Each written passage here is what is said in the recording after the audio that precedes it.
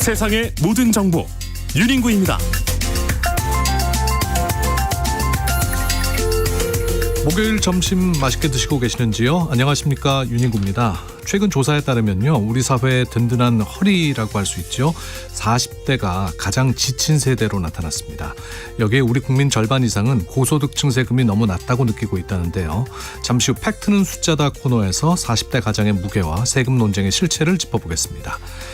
하루도 조용할 날이 없는 정치권이죠. 오늘은 또 어떤 일들이 벌어지고 있을까요? 목요일의 두 남자, 장성철 소장, 김준일 평론가가 시원하게 풀어드립니다.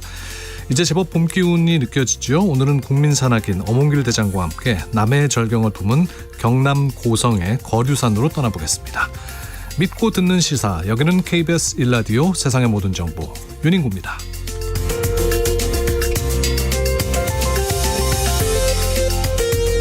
오늘도 갓생 품격 있게 여러분과 함께 하겠습니다. 달력을 보니까 이제 한 주의 반도 지나갔고 목요일입니다. 내일 잘 버티시면 주말인데요. 사실 우리 사회 40대들 주말이라고 마음 편히 쉬는 게 쉽지는 않죠. 직장에서는 승진 압박에, 또 집에 가면은 쑥쑥 커가는 아이들 학원비 걱정까지 어깨 무거우신 분들 많이 계실 것 같은데, 40대 여러분의 어깨는 오늘 좀 어떠신가요? 나를 가장 숨막히게 하는 스트레스는 뭔지, 혹은 이 고단함을 이겨내는 나만의 작은 해소법은 뭔지, 어떤 이야기든 좋습니다. 40대가 아니라도 괜찮습니다. 지금 문자로 대나무숲처럼 편하게 털어놔 주시기 바랍니다. 샵 9730, 샵 9730으로 문자 주시고요. 짧은 문자는 50원, 긴 문자 100원, 콩으로 보내시면 무료입니다. 자, 오늘도 문자 중에 추첨해서 주유권 드릴게요. 오르는 기름값보다 더 뜨거운 열정으로 여러분의 기름통을 채워드리겠습니다. 3월 19일 목요일 KBS 1라디오 세상의 모든 정보 윤인구입니다. 본격적으로 시작합니다.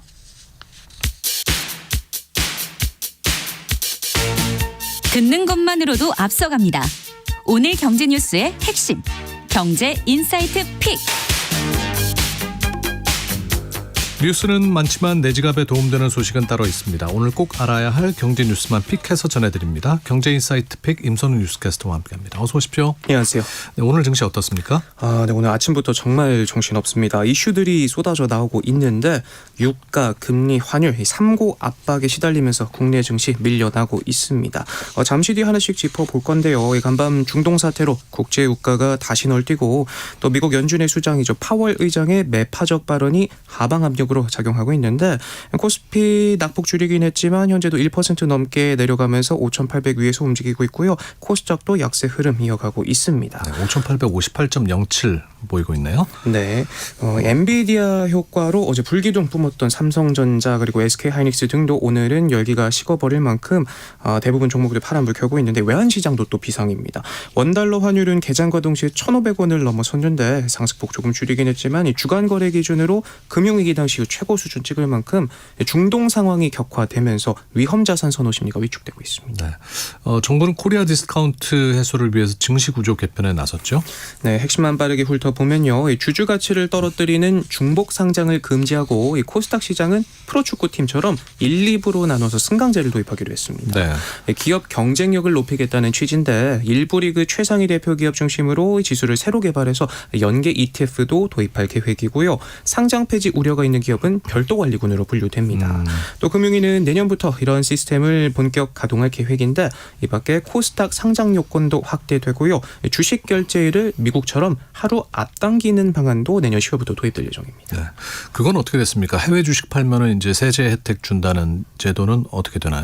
네, 관련법이 오늘 본회의 통과를 앞두고 있는데요. 착착 진행된다면 당장 다음 주 월요일부터 증권사에서 출시가 됩니다. 매도 금액 기준으로 최대 5천만 원어치 주식을 올해 5월까지 이 계좌에 옮기면 양도소득세를 한 푼도 안 내도 되고, 7월 안에 팔면 세금의 80%, 연말까지는 절반 50%를 깎아주는데, 전문가들은 1달러에 1,500원에 육박한 지금이 국내 시장으로 복귀하기 좋은 시기로 보고 있고요. 중동 상황이 안정되면 달러 가치는 떨어지고 원화 가치는 올라갈 수 있기 때문인데, 파격적인 세제 혜택이 집 나간 서학개미들이 돌아올지 정부는 국내 증시 활성화와 환율 안정에 모두 도움이 될 걸로 기대하고 있고요. 상법 개정에 이어서 잇따라 강 강력한 부양책 내놓으면서 전쟁 정세지만 당분간은 이 국내 증시가 크게 흔들리진 않을 것이란 관측들도 나오고 있습니다. 네, 또 하나 빅 이벤트가 있었죠. 연준이 금리를 동결했습니다. 네, 이 이스라엘이 이란에 최대 가스전을 공급하면서 폭격을 당한 이란이 주변 걸프국들에게 보복 공격에 나서자 중동 사태 악화 일로로 치닫고 있는데요. 그러니까요. 예, 근데 유가는 튀고 이 불확실성이 커지면서 연준의 금리 로드맵에까지 영향을 끼치고 있습니다. 일단 예상했던 대로 이번 FOMC에서는 금리가 동결이 됐는데 파월 의장은 시장의 전망보다도 훨씬 더 매파적이었습니다. 인플레이션 둔화의 진전이 없으면 금리 인하도 없다 이렇게 못을 박으면서 연내 금리 인하에 대한 기대감에 제동이 걸렸습니다. 네. 특히 최근 중동 사태로 널뛰는 유가를 예의주시했는데 확실히 이제 고용에서 물가로 초점이 옮겨진 모습이었고요. 금리 인상 가능성까지도 언급되기도 하면서 이 단호히 선을 그었던 지난 1월까지와는 확연히 달라진 분위기를 보여줬습니다. 또 이 점도표에서도 지난 회의 때와 마찬가지로 올해와 내년 각각 한 차례씩 금리 인하를 예상하고 있는 걸로 나타나긴 했지만 이전보다 올해 동결의 기운 전망이 더 늘어나면서 올해 아예 금리를 한 차례도 내리기 어려울 수 있다는 점도 확인될 만큼 기대감이 크게 옅어졌습니다. 네. 왜 우리가 이 미국 연준 금리를 살피냐? 이게 아무래도 우리 금리 결정에도 영향을 미치기 때문이잖아요. 어떤 영향을 줄까요? 우리한테는? 네. 이번 결정으로 한은도 다음 달을 포함해서 당분간은 금리를 연 2.5%로 묶을 가능성이 커졌습니다. 중동 사태로 유가가 치솟으면서 물가 상승 압력이 커진 데다 미국과의 금리 차가 지금보다 벌어지면 이미 1,500원을 넘나드는 원달러 환율이 더 날뛸 수도 있고요. 또 지난해 하반기 이후 줄곧 추가 금리 인하를 가로막은 집값 불안도 여전합니다. 한은 역시도 이미 인하 없는 장기 동결 가능성을 시사하기도 했는데 네. 만약 지금과 같은 상황이 길어지게 되면 물가를 잡기 위해서 금리 인상기 진입 시점이 생각보다도 앞당겨질 수 있다는 전망들도 나오고 있습니다. 국제 유가는 어떻습니까? 네, 국제유가 역시도 이 중동 전선이 확대되면서 다시 또 널뛰기 시작했는데요. 기준이 되는 브렌트유는 장중재자 110달러를 넘어섰고요. WTI도 한때 100달러까지 오르면서 상승폭 키웠습니다. 시티은행은 며칠 내로 브렌트유 가격이 120달러 선까지 오를 걸로 내다보기도 했는데 사태가 길어지면 2, 3분기에는 평균 130달러 선까지 오를 수 있다 예상하기도 했습니다. 중간 선거를 코앞에 둔 트럼프도 마음이 급해졌는지 100년 묵은 법안까지도 꺼내들면서 유가 잡기 혈안이 돼 있는데 겨우 잡혀가나 싶던 국내 기름값도 영향을 받지 않을 수 없어 보입니다. 네. 고용시장 살펴볼게요. 청년 일자리 통계가 계속 안 좋네요. 네, 일자리를 구한 사람이 늘긴 늘었는데 20, 30대 실업률은 5년 만에 가장 높은 수준을 찍을 만큼 청년들의 일자리 상황은 먹구름이 가득했습니다. 숫자부터 보면요. 지난달 기준으로 취업자 수는 1년 전보다 23만 명 넘게 늘어 석 달 만에 20만 명대 회복했는데 네. 연령대별로 보면 60세 이상 취업자가 30만 명 가까이 가장 많이 늘었고요. 반대로 청년층 취업자는 15만 명 가까이 줄면서 실업률은 7.7%를 찍어 2021년 2월 이후 가장 높게 나타날 만큼 고용 지표는 개선됐지만 청년들의 체감은 정반대였습니다. 왜 이런 거죠? 가장 큰 변화는 일자리 성격 자체가 바뀌고 있다는 점에 있는데요. 제조업이라든지 건설업 고용은 오랫동안 감소한 반면에 고령화가 빨라지다 보니까 보건복지 같은 서비스업 일자리는 늘고 있고 여기에 인공지능까지 더해지면서 고숙련, 저숙련 일자리로 양극화되는 흐름이 뚜렷해지고 있습니다. 풀어 말하면 청년이 진입할 사다리가 사라지고 있는 셈이다 볼 수 있겠죠. 네. 문제는 관련 정책들이 여전히 과거 프레임에 머물러 있는데 AI 시대 고용은 과거와 완전히 다른 방식으로 작동하는 만큼 정책도 그에 맞게 새로 짜야 하지 않나. 고용률 최고라는 숫자에 안도할 수 없는 이유, 통계 밖에 머무는 청년들을 끌고 오지 않는 한 진짜 회복이라고는 볼 수 없지 않을까 하는 생각이 듭니다. 네. 이 새로운 기회를 찾아서 지방으로 갔던 청년들 요즘은 어떻습니까? 조사를 해봤더니요. 청년 3명 중 1명은 지방으로 갔다가 수도권으로 다시 유턴하는 걸로 나타났습니다. 평균 체류 기간도 1년 반 정도로 굉장히 짧은 편이고요. 역시나 일자리가 가장 큰 이유인데 수도권의 기회도 더 많고 소득 수준도 상대적으로 높다 보니까 울며 겨자 먹기로 돌아올 수밖에 없다고들 말하고요. 또 당연하게도 이 주거나 문화, 여가 같은 생활 환경 차이도 격차가 큰 데다 일부는 외부에서 온 청년들을 바라보는 시선 때문에 갈등이 생기기도 해서 청년들의 수도권 쏠림을 키우고 있다고 말합니다. 결국 단순히 지방에 사람이 없네, 사람을 보내자 이런 정책에서 벗어나서 일자리와 주거, 문화까지 함께 청년이 머물고 싶게 만드는 환경을 만드는 통합적 정책 설계가 갖춰져야 하지 않을까, 또 앞으로의 과제이지 않을까 싶습니다. 청년들에게 도움이 될 만한 소식 좀 전해드릴까요? 다른 것보다도 이 월세 부담 상당하잖아요. 반가운 지원 소식 하나 있습니다. 국토교통부가 청년 월세 지원 사업을 올해부터 계속 사업으로 전환하고 신규 신청을 받는데요. 달에 최대 20만 원씩 최장 24개월 동안 지원받을 수 있습니다. 이게 이제 한시적인 게 아니라 계속 사업으로 진행된다는 거죠. 네, 맞습니다. 이미 지난 3년 동안 지금까지 22만 명이 이 제도로 혜택을 받는데요. 최근 계속해서 오르는 집값에 앞서 본 것처럼 길어지는 취업난을 고려해서 매년 지원을 이어가기로 한 겁니다. 네, 이게 뭐 나이 제한 조건이 있겠네요. 네, 신청 조건이 따로 있는데요. 이 부모와 따로 사는 19세에서 34세 이하 무주택 청년이 대상입니다. 또 이 소득과 재산 기준을 충족해야 해서 조금 까다로울 수는 있는데, 다만 30세 이상이거나 결혼 등으로 독립생계가 인정되면 본인 가구 소득과 재산만 확인하고요. 또 이번부터는 청약통장 가입 요건도 없어져서 문턱이 그나마 조금 낮아졌습니다. 어떻게 신청하면 되는지 방법을 좀 알려드리죠. 이달 30일부터 오는 5월 29일까지 복지로 홈페이지나 주민센터에서 신청할 수 있고요.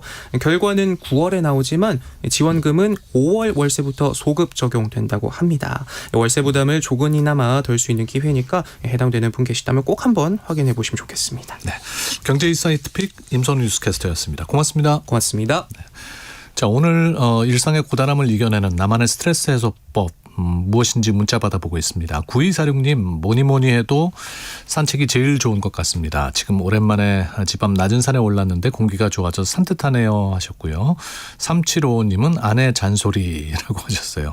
운동으로 스트레스 풉니다 하셨습니다. 9072님, 둘째 아들이 취업 전이라 어깨가 많이 무겁네요. 이 또한 지나가겠죠 하셨고요. 7599님은 홀로 첫째 중3, 둘째 중1, 셋째 초등학교 5학년, 막내 초등학교 1학년, 아이가 넷이시군요. 네. 넷 아이 키우고 있다 보니까 가장으로 몸이 3개라도 부족한 워킹맘입니다. 아이들이 있어 힘을 내며 파이팅해요 하셨고요. 0215님은 40대 중후반 가장입니다. 회사와 집에서의 역할을 동시에 감당하며 많이 지칩니다. 수험생 딸의 멘탈까지 챙기다 보니 금전적, 심리적 부담이 큽니다. 이제는 저만의 작은 위로 소확행이 필요합니다. 우리 모두 힘내요 봄날처럼 하셨는데요. 문자 주신 모든 분들, 그리고 방송 듣고 계신 모든 분들 힘내시기 바랍니다. 세상의 모든 정보 유닝구입니다. 듣고 계신 시각 12시 32분 지나고 있습니다. 교통정보 듣겠습니다. 네, 이 시각 교통정보입니다. 아침 안개가 빠르게 거치며 맑은 봄 하늘이 드러났습니다. 점심시간을 전후로 차도 부쩍 줄어서 운전하시긴 한결 편안해졌는데요. 다만 사고가 꾸준합니다. 서해안선 목포 쪽 8탄 분기점을 지나면서부터 내내 밀리는 이후 1차로 추돌 사고 처리 여파입니다. 더 내려가서도 익산 장수고속도로 장수 방향 진안 3터널 부근 2차로 사고 구간도 살펴 지나셔야겠는데요. 차로가 많지 않은 만큼 1차로를 통해 서행하며 지납니다.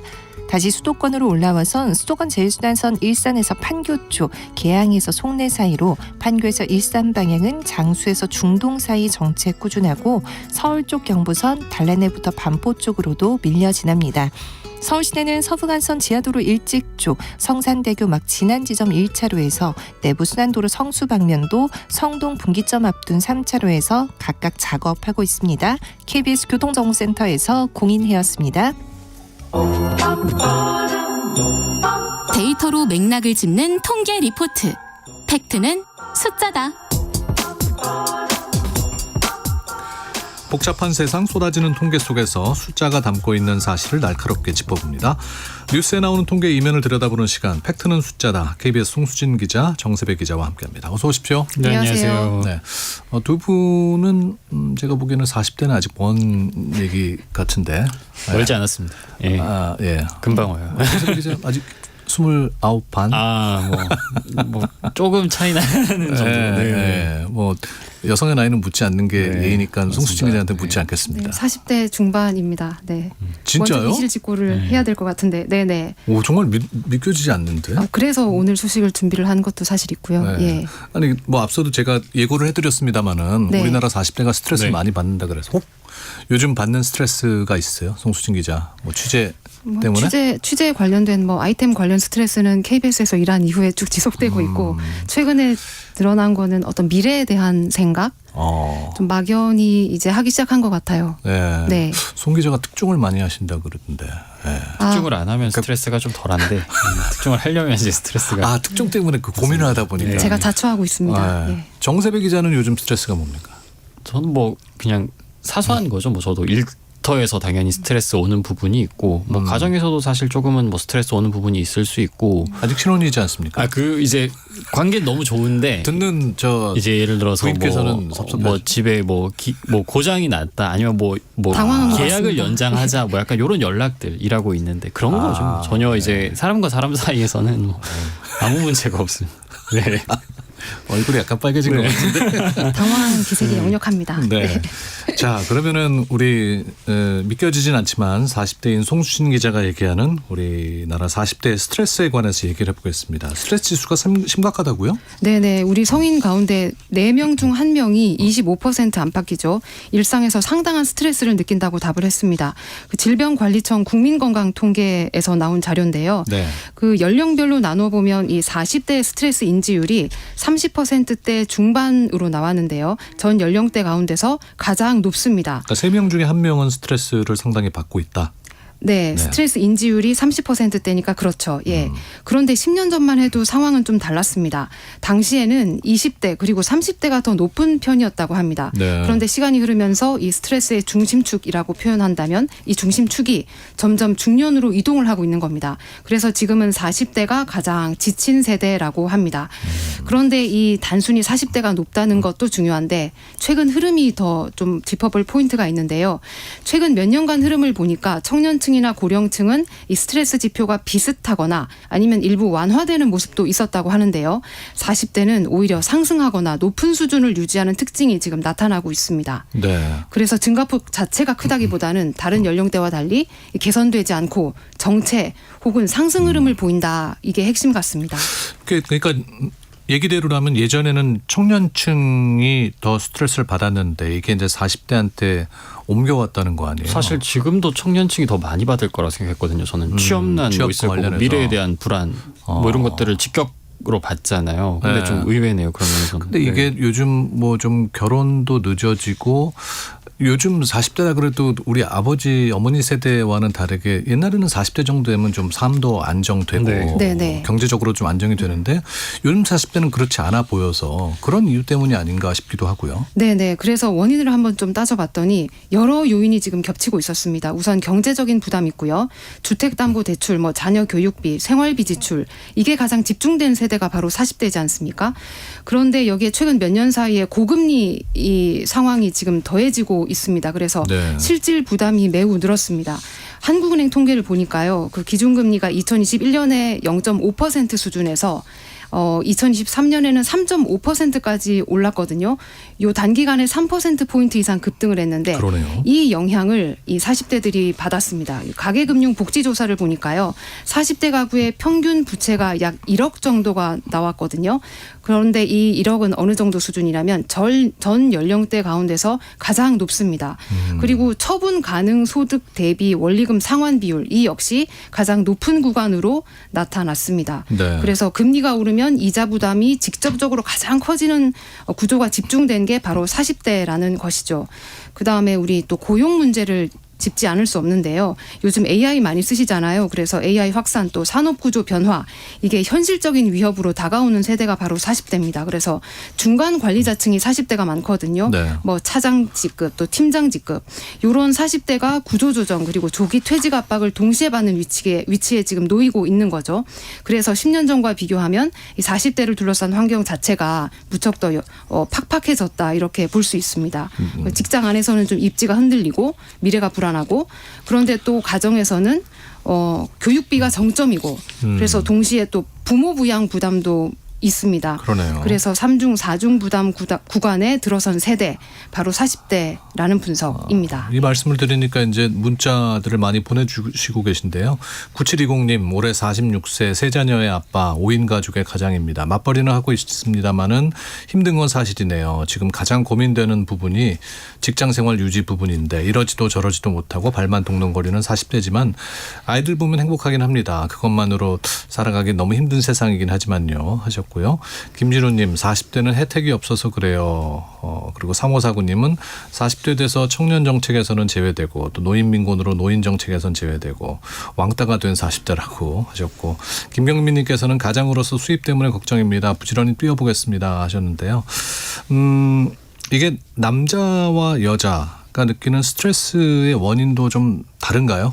네네, 다른 걸로 나왔습니다. 방금 어느 시청자분이 혜택이 없는 세대다 말씀하셨는데 공감이 되는 게 사실 의무가 더 많은 세대 같습니다. 성별로 보면 그런 의무들이 핵심 스트레스 요인인데요.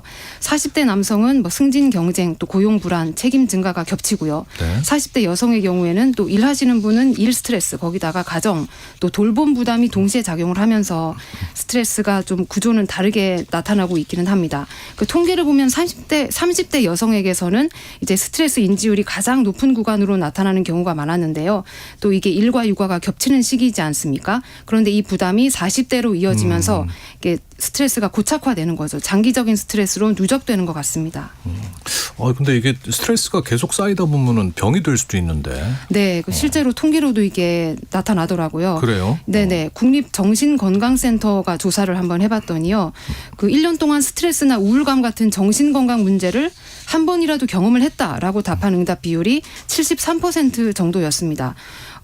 굉장히 4명 중에 한 3명은 겪었다. 맞습니다. 뭐 대부분이네요. 네네. 근데 흐름도 중요한데요. 2022년에는 10명 중에 6명 정도였거든요. 그런데 늘어난 거죠. 10명 중에 7명 정도로요.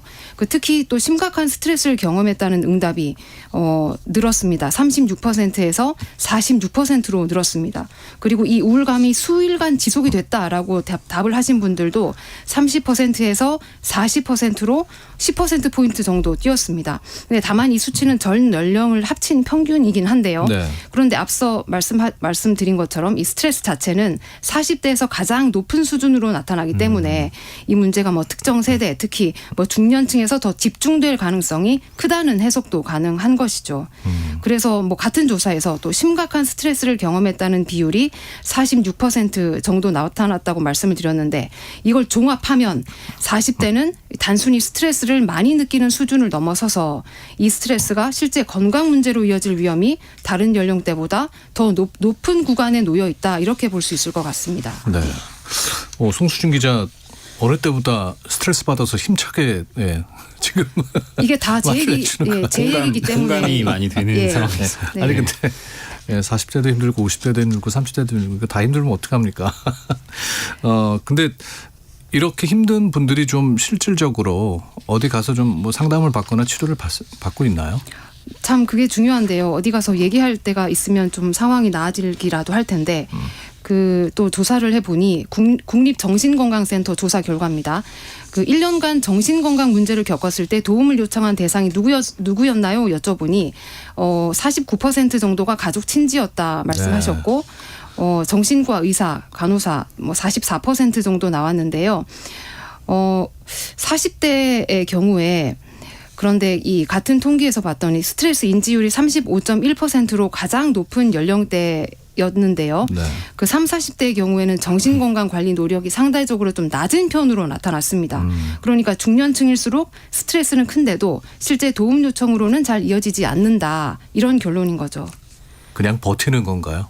근데 이게 가정에서도 회사에서도 빠질 수가 없잖아요. 그러면 이제 뭐 어디 도움을 요청하고 싶고 가고 싶어도 뭐 시간도 없을 거고 여유도 없을 것 같아요. 뭐 또 돈도 드는 문제일 수도 있고요. 어디 상담을 받으러 가려면. 그 문제도 있겠고. 네. 그렇죠. 네. 그 경제적인 요인과도 연관이 있겠네요. 네네. 경제적인 요인과도 연관이 있는 걸로 나타났습니다. 그 40대는 소득도 높지만 부채 상환, 뭐 교육비, 생활비 지출 이런 지출 증가 속도가 더 빠른 구간으로 접어드는 세대입니다. 네. 가계금융복지조사에서 한번 봤더니 2024년에 평균 소득은 7천만 원 정도였거든요. 그런데 이 중에서 처분 가능 소득이 6천만 원이었습니다. 그런데 문제가 평균 부채가 9,500만 원으로 1억 가까이 됐습니다. 네, 이 때문에 겉으로는 괜찮아 보이지만은 실제로는 여유가 없는 그런 세대가 40대이기도 합니다. 교육비는 지금이 정점, 주택대출은 아직 남아있고 노후 준비는 시작도 못한 상황인 것이죠. 네. 네. 6568님께서 보내주신 문자가 딱 지금 내용과 맞는 것 같습니다. 중간에 낀 세대 저도 40대인데요. 맞벌이 중이지만 20대 아들이 둘이다 보니까 대학 생활하면서 학자금에 자취비에 생활비까지 저희 부부의 노후 대비는 뒷전이 현실이네요. 오늘 주제 너무 공감한다고 하시면서 문자 주셨습니다. 그러면은 뭐 이 문제를 어떻게 해결할 수 있을까요? 사실 구조적인 문제로 접근해야 한다는 게 전문가들 얘기입니다. 그러니까 직장 환경, 노동부와 산업안전보건법에서도 이 근로자의 정신적 스트레스를 줄이기 위한 작업 환경이 되게 중요하다. 이건 사업주의 의무다. 이렇게 규정을 하고 있는데요. 다만 현실에서는 이런 규정들이 실제 지원 아니면 상담 이런 것까지는 충분히 이어지지 않다고 있다는 지적이 많잖아요. 그래서 일정 규모 이상의 사업장에서는 근로자 지원 프로그램 이런 거, 심리 지원 체계 이런 거 더 실질적으로 확대할 필요가 있다. 그런 목소리 나오고요. 그다음에 일자리 문제 있는데요. 지금 정부도 40대 이상을 대상으로 관련된 제도는 운영을 하고 있지만 회사 밖에서 뭘 할 수 있을지에 대한 사실 불안이 되게 크거든요. 지금 이 회사에서 나가게 되면 난 뭘 해야 하지? 그래서 이런 지원을 단순히 교육으로만 일회성으로 접근하는 게 아니라 경력 전환까지도 이어지는 어떤 실제로 도움이 되는 프로그램으로 좀 강화를 해야 한다는 지적도 나옵니다. 그리고 여성분들의 경우에 가장 큰 문제가 돌봄인데 좀 여러 제도들이 지금도 있지만 현장에서는 여전히 좀 자유롭게 활용하기 어려운 경우가 많고 네. 또 현실과 동떨어진 경우도 많거든요. 이 경우도 좀 더 세심히 좀 챙겨봐야 하는 문제 같습니다. 네. 자, 이제 월급날이 다가오고 있네요. 우리 KBS는 21일이니까 내일이네요, 저희. 네. 토요일이 21일이니까 내일 나오겠죠. 내일 나오겠네요. 네. 월급 받으면 제일 아쉽게 빠져나가는 게 뭐예요? 항목이? 우열을 가리기 힘든 것 같은데요. 그중에서도 가장 아쉽다면 이자 같습니다. 왜냐하면 이자. 보이지 않으니까요. 거의 네. 좀 사이버머니 느낌이거든요. 네. 저는 정말 솔직하게 말씀드리면 이제 세금이랑 각종 보험. 근데 이건 사실 월급 받기 전에 이미 제한 상태로 제가 월급을 받는 거니까요. 그러니까. 네. 네. 아마 많은 분들이 그 세금 관련해서 얘기하실 것 같은데 이게 세금을 이렇게 많이 내라는 생각 다들 하실 거예요. 보통 명세에서 보시면 아마 그런 생각 안 하시는 분은 되게 적을 것 같아요. 예. 이게 많이 버는 사람들이 세금을 더 내야 한다는 여론이 높다던데 실제 이런 조사 결과가 있습니까? 네, 이거는 사실 통계는 아니고 조사 결과인데요. 한국보건사회연구원이 한 7,300가구를 대상으로 했으니까 생각보다 조사는 많이 했어요. 고소득층 세금 부담에 대해서 국민의 57%가량 그 10명 중 한 6명꼴로 낮다. 지금 세금 부담을 하는 그 몫이 되게 낮은 편이다라고 응답을 했고 구체적으로는 꽤 낮다고 한 사람이 한 42%. 근데 지나치게 낮다고 한 사람도 한 15% 정도가 되는 거예요. 그러니까 다들 이렇게 낮다고 생각하는데 반면 그럼 고소득층이 지금 내고 있는 세금이 적절해? 라는 질문에는 한 25% 정도만 적절하다. 이게 차이가 좀 크죠. 그러니까 세금이 높다는 의견은 15%에 불과했고 결론적으로 말하면 고소득자들이 적은 세금 내고 있다. 이런 인식이 좀 지배적이다. 이렇게 보시면 될 것 같고 그러면 이제 다른 어떤 응답자 소득 수준에 따라서 이거 답변 좀 약간 차이가 좀 있었어요. 일반 가구원 중에서는 이제 고소득층 세금이 높다고 한 비율이 한 15% 됐다면 저소득 가구는 그보다 비율이 낮았고 또 지나치게 낮다라고 대답한 비율도 저소득 가구가 우리 고소득층이 너무 세금을 적게 내고 있어라고 답한 비율이 훨씬 높았어요. 네. 그러면서 이제 좀 차이도 발생한다고 볼 수 있습니다. 그러면은 이제 중간층에 있는 분들이나 저소득층들이 느끼는 이 세금 부담은 어떻습니까? 그렇죠. 이제 중간층은 어떻게 부담하고 있느냐는 인식에 대해서 절반이 넘는 한 55% 정도가 적절하다. 근데 세금 높다는 불만도 당연히 있죠. 이제 한 35% 정도는 세금 높다. 이렇게 생각을 했고 반면 저소득층도 한 절반가량은 적절하다고 봤어요. 그러니까 쉽게 말하면 이제 중간층이나 저소득층의 세부담은 적절하다는 인식이 조금 어느 정도 좀 퍼져 있다. 이렇게 이해를 해도 될 것 같아요. 네. 우리가 그 말하는 고소득층이라는 거를 분류할 때는 뭐 어느 정도 그 금액 이상 맞습니다. 뭐 예. 그게 있습니까 기준이? 보통은 기준대가 있죠. 근데 그거를 뭐 조사에 따라서 이번 조사에서 사실 몇 퍼센트를 했는지는 제가 파악을 하지 못했는데 어떤 조사에 따라서 급간이라고 저희가 표현을 하잖아요. 아니면 퍼센테이지로도 표현을 하고 그걸 상대적으로 이제 뭐 상위 몇 퍼센트까지 고소득층 뭐 가운데는 중간 뭐 이런 식으로 보통 조사를 진행을 합니다. 일반적으로 고소득층이라 그러면 상위 몇 퍼센트 정도? 10% 10% 정도까지를. 생각하는 네네. 그러면 이제 뭐 사실 복지를 늘리려면은 누군가는 세금을 더 내야 하는 거 아니에요. 근데 그 주체가 이제 돈을 많이 버는 사람이어야 한다는 것이죠. 그렇게 이제 이야기가 전개가 될 수도 있을 것 같아요. 왜냐하면 복지 재원을 좀 어떻게 마련하는 게 좋겠습니까?라고 물었을 때 돈 많은 사람이 세금 더 내야 한다는 응답이 한 40% 가까이 나와서 가장 많았어요.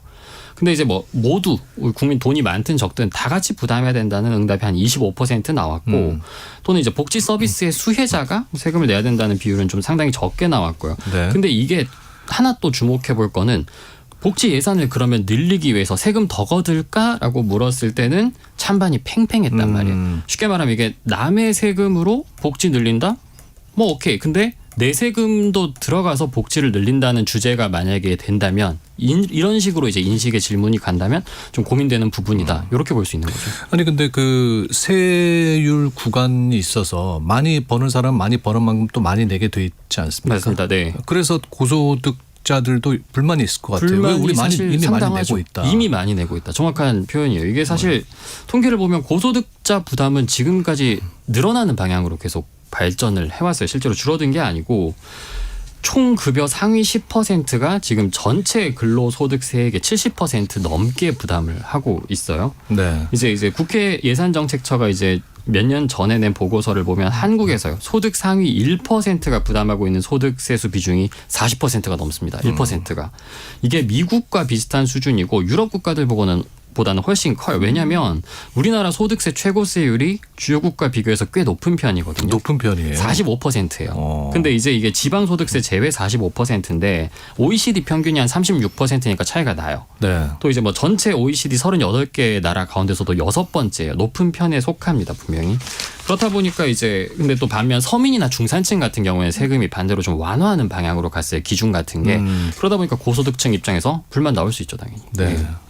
이게 뭐 이런 고민들이 우리만의 문제는 아닐 텐데 미국에서는 아예 억만장자들 상대로 부유세 걷자는 논쟁이 뜨겁다고요? 말 그대로 억만장자 과세안이라서 사실 뭐 저희랑 관계없는 내용이긴 해요. 자산 기준이 얼마냐면 10억 달러 지금 환율 올랐으니까 1조 5천억 원 정도. 그러니까 사실 뭐 이게 고소득층 이런 걸 겨냥한 건 아닌데 이런 초부유층들한테 순 자산의 5%를 일회성으로 한번 부과를 하자는 거예요. 지금 이게 주민투표를 앞두고 있어요. 이게 미국 캘리포니아에서. 캘리포니아에서. 예, 지지하는 쪽에서는 이게 자산이 사실 엄청나게 급증을 했잖아요. 최근 몇 년간. 근데 이분들이 일반 시민들보다도 오히려 낮은 실효세율 이제 기업들 같은 경우에 적용받으니까 더 내는 게 맞다 이렇게 얘기하는데 반면 이게 주지사도 지금 반대 입장 나오고 있어요. 왜냐? 이렇게 되면 부유층들이 캘리포니아에 살겠냐? 미국 같은 경우에 이제 다른 주로 회사를 옮길 수 있잖아요. 그러면 그러네요. 장기적으로는 주 정부 소득세 수입이 더 떨어질 텐데 지금 이거는 약간 어떻게 보면 황금알 낳는 거위에 배를 가르는 게 될 수 있다. 또 주식으로 보유하고 있는 경우가 많잖아요. 회사 주식. 네. 근데 이게 주식이 오르든 내리든 팔지를 못하는데 주식 가치가 좀 올랐다고 팔지도 않은 주식에 세금 물리는 게 맞아? 뭐 이런 이게 헌법상 적절한지 이런 의문도 나온다고 합니다. 네. 자, 팩트는 숫자다. 오늘 KBS 송수진 기자, 정세배 기자와 이야기 나눴습니다. 고맙습니다. 감사합니다. 세상의 모든 정보 윤인구입니다. 1부 마무리하면서 또 패닝이 부른 달팽이 듣겠습니다. 2부에 1시에 찾아뵙겠습니다.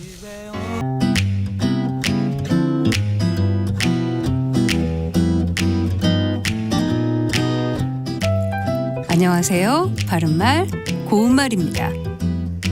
한동안 십자수를 놓는 것이 유행인 적이 있었는데요. 십자수는 실을 10십자 모양으로 엇갈리게 놓는 수를 말하는데 대개 수를 놓는 것은 여자가 하는 것으로 생각하죠. 그런데 남자들 가운데도 의외로 십자수를 놓아 만든 물건을 사랑하는 아내에게 선물했다거나 새로 태어날 아기를 위해 수를 놓아 아기용품을 만들었다는 이야기도 심심찮게 들을 수 있습니다. 수를 놓는 바늘 한 땀 한 땀에 모든 사랑과 마음이 깃들 것으로 생각하면 마음이 따뜻해지는데요. 여기서 한 땀 한 땀이란 말은 바느질할 때 바늘을 한 번 뜨는 눈을 가리키는 말입니다. 요즘은 옷을 만들 때 재봉틀을 이용해 쉽고 빠르게 만들 수 있지만 그런 기계가 없던 옛날에는 모두 손으로 한 땀 한 땀 꿰매서 만들었으니 그 노고가 얼마나 컸을지 짐작이 됩니다. 그렇다면 실을 가지고 뜨개질하거나 카펫 같은 것을 만들 때도 한 땀 한 땀 정성이 들어갔다라고 할 수 있을까요? 그렇지 않습니다. 뜨개질이나 카펫을 만드는 것은 바느질의 일종이 아니라 짜는 것이기 때문에 한 땀 한 땀이란 표현은 적절하지 않고 이 경우엔 실이나 줄의 가닥을 가리키는 올을 사용해서 한 올 한 올 정성이 들어갔다라고 하는 것이 맞습니다. 땀과 올은 비슷한 것 같지만 차이가 있는 표현이니 잘 구별해서 쓰는 것이 좋겠습니다. 지금까지 바른말 고운말 아나운서 국혜정이었습니다.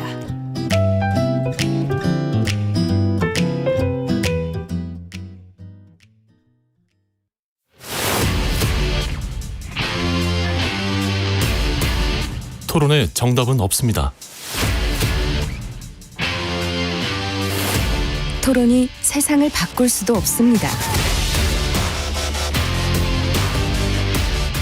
하지만 질문은 새로운 세상을 만들 수 있습니다. 질문으로 올바른 세상을 만드는 첫걸음. 평일 저녁 7시 20분 KBS 열린 토론.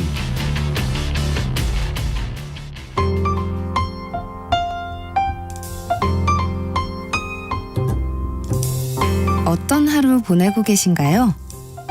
눈코 뜰 새 없이 바쁘게 지나가는 한 주. 따뜻한 시선으로 하루를 마무리합니다. 당신을 위한 지식 쉼터. 오늘 밤 일라디오. 월요일부터 금요일. 매일 밤 10시 5분에 시작합니다.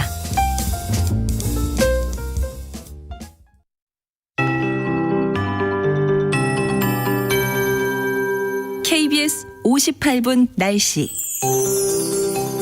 오늘 낮 최고 기온은 어제보다 2도에서 4도가량 더 오르겠습니다. 외출하시면 비교적 포근한 날씨를 느끼실 텐데요. 서울이 오늘 11도까지 예보돼 있고 제주 12, 세종과 대전 강릉이 13도, 광주 부산 15, 대구 16도 등 전국이 8도에서 16도까지 오르겠습니다. 당분간 서울 기준으로 아침 기온은 2도에서 4도 사이, 낮 기온도 14, 15도를 유지하면서 일교차는 10도 이상 크게 벌어지겠고요. 낮 동안에는 포근해서 활동하기 좋겠습니다. 당분간 일교차가 큰 만큼 감기 조심하셔야 되겠고요. 아침에는 일부 내륙 중심으로 아직도 기온이 낮아 서리가 관측되는 곳도 있겠습니다. 오늘 전국이 맑다가 늦은 오후부터 가끔 구름이 많겠습니다.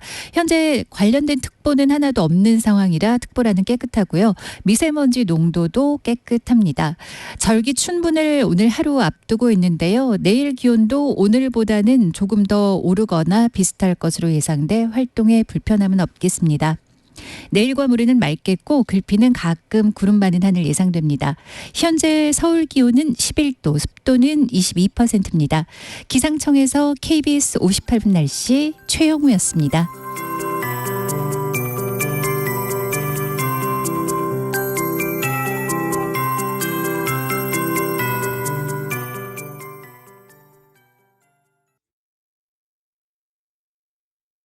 정성을 다하는 국민의 방송 KBS가 한시를 알려드립니다. AM 711kHz, FM 97.3MHz, KBS 1라디오입니다. HLKA.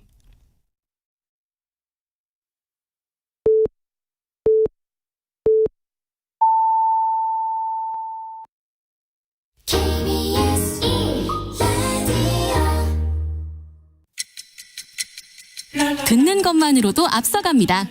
당신의 갓생 파트너 KBS 1라디오. 세상의 모든 정보 윤인구입니다.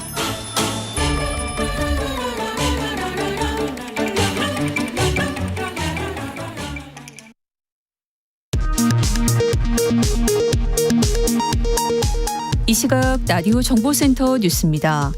미 연방준비제도가 기준금리를 연 3.5에서 3.75%로 동결했습니다.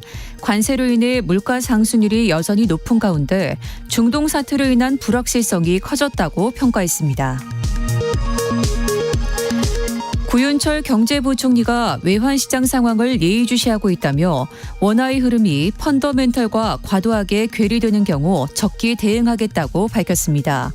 오늘 원달러 환율은 중동 긴장 고조 등의 상승에 1,500원대로 출발했습니다. 미국 정보당국이 북한이 우크라이나 전쟁 참전으로 귀중한 전투 경험을 쌓으면서 북한군의 전투 능력이 향상됐다고 분석했습니다. 지난해 혼인 건수가 전년보다 8.1% 증가한 24만 건을 기록해 코로나19 발생 이전 수준을 넘어섰습니다.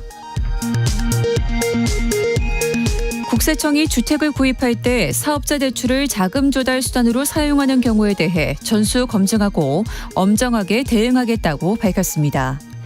지금까지 라디오 정보센터 뉴스 정원나였습니다. 일상의 깊이를 더합니다. 당신을 위한 프리미엄 인사이트. KBS 1라디오. 세상의 모든 정보 윤인구입니다. 2부 시작하겠습니다. 속 시원한 정치 분석 여의도 해장국이 준비된 목요일입니다. 지방선거를 앞두고 여야의 공천 상황 긴박하게 돌아가고 있습니다. 장성철 소장, 김준일 평론가와 함께 복잡한 정치권 뒷이야기 시원하게 풀어보고요. 우리 아이가 언어는 빠르고 똑똑한데 또래 관계는 어딘가 어색하다면 아스퍼거 증후군 신호일 수도 있다고 합니다. 우리 아이는 왜 코너에서 증상부터 부모의 대처법까지 짚어보겠습니다. 어몽길 대장과 함께하는 이산 명산 코너에서는 한국의 마테오른이라 불리는 경남 고성의 거류산으로 기분 좋은 산행 떠나보겠습니다. 2부 시작합니다.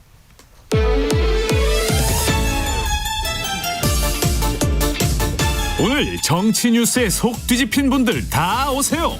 맑은 국물로 풀어드립니다. 여의도 해장국. 매일매일 쏟아지는 정치 뉴스로 속이 답답한 분들을 위해 준비했습니다. 정치로 채안 속, 팩트로 풀어드리는 여의도 해장국 장성철 공론센터 소장, 김준일 시사평론가 나오셨습니다. 어서 오십시오. 안녕하세요. 네, 오늘 이제 국회 본회의에서 중수청 공소청 설치법 통과될 예정이죠. 뭐 필리버스터가 예고돼 있습니까? 하려고 하는데 네. 지금 국민의힘 쪽에서 누구로 할지 아직 정해지지 않은 것 같아요. 네. 그래가지고 필리버스터가 없을 수도 있지 않을까. 그러한 좀 예측이 좀 있습니다. 그러니까 필리버스터가 없다고 한다면은 신청 의원들, 예? 신청 의원들이 지금 없는 거 아니냐. 그럼 법안 통과 절차가 진행이 된다는 말씀인가요? 근데 뭐 필리버스터를 하든 안 하든 이거는 그냥 시간 문제인 것 같아요. 시간, 오늘이냐 필리버스터 내일이냐. 해봤자 뭐 24시간 후에 민주당이 다 통과시킬 거기 때문에 시간 문제지 통과될까요? 안 될까요? 이건 아닌 것 같습니다. 예. 그러니까 필리버스터 너무 많이 해요.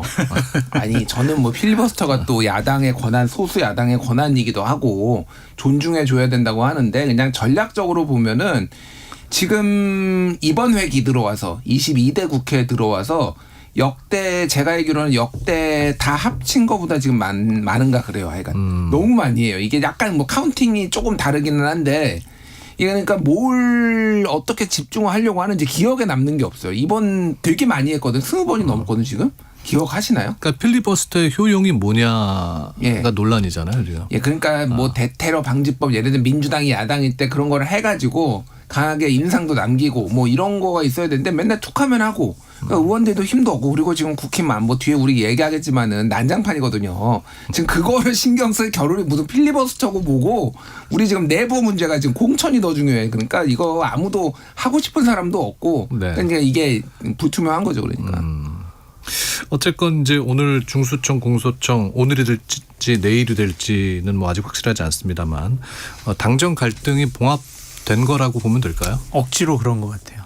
그냥 속내를 들여보면 한꺼풀 벗겨보면 갈등은 좀 내재되어 있는 것이 아니냐. 그러니까 누구 입장에서 억지로 대통령. 청와대에서는 좀 불편한 것 같아요. 대통령께서는 흔쾌하지 않은 것 같습니다. 언짢은 것 같습니다. 왜냐하면 국무회의 때 이런 얘기 하셨어요. 정말 진짜로 수기하고 논의해라고. 네. 이번에는 좀 안 그런 것 같다고 그렇게 공개적으로 얘기하셨거든요.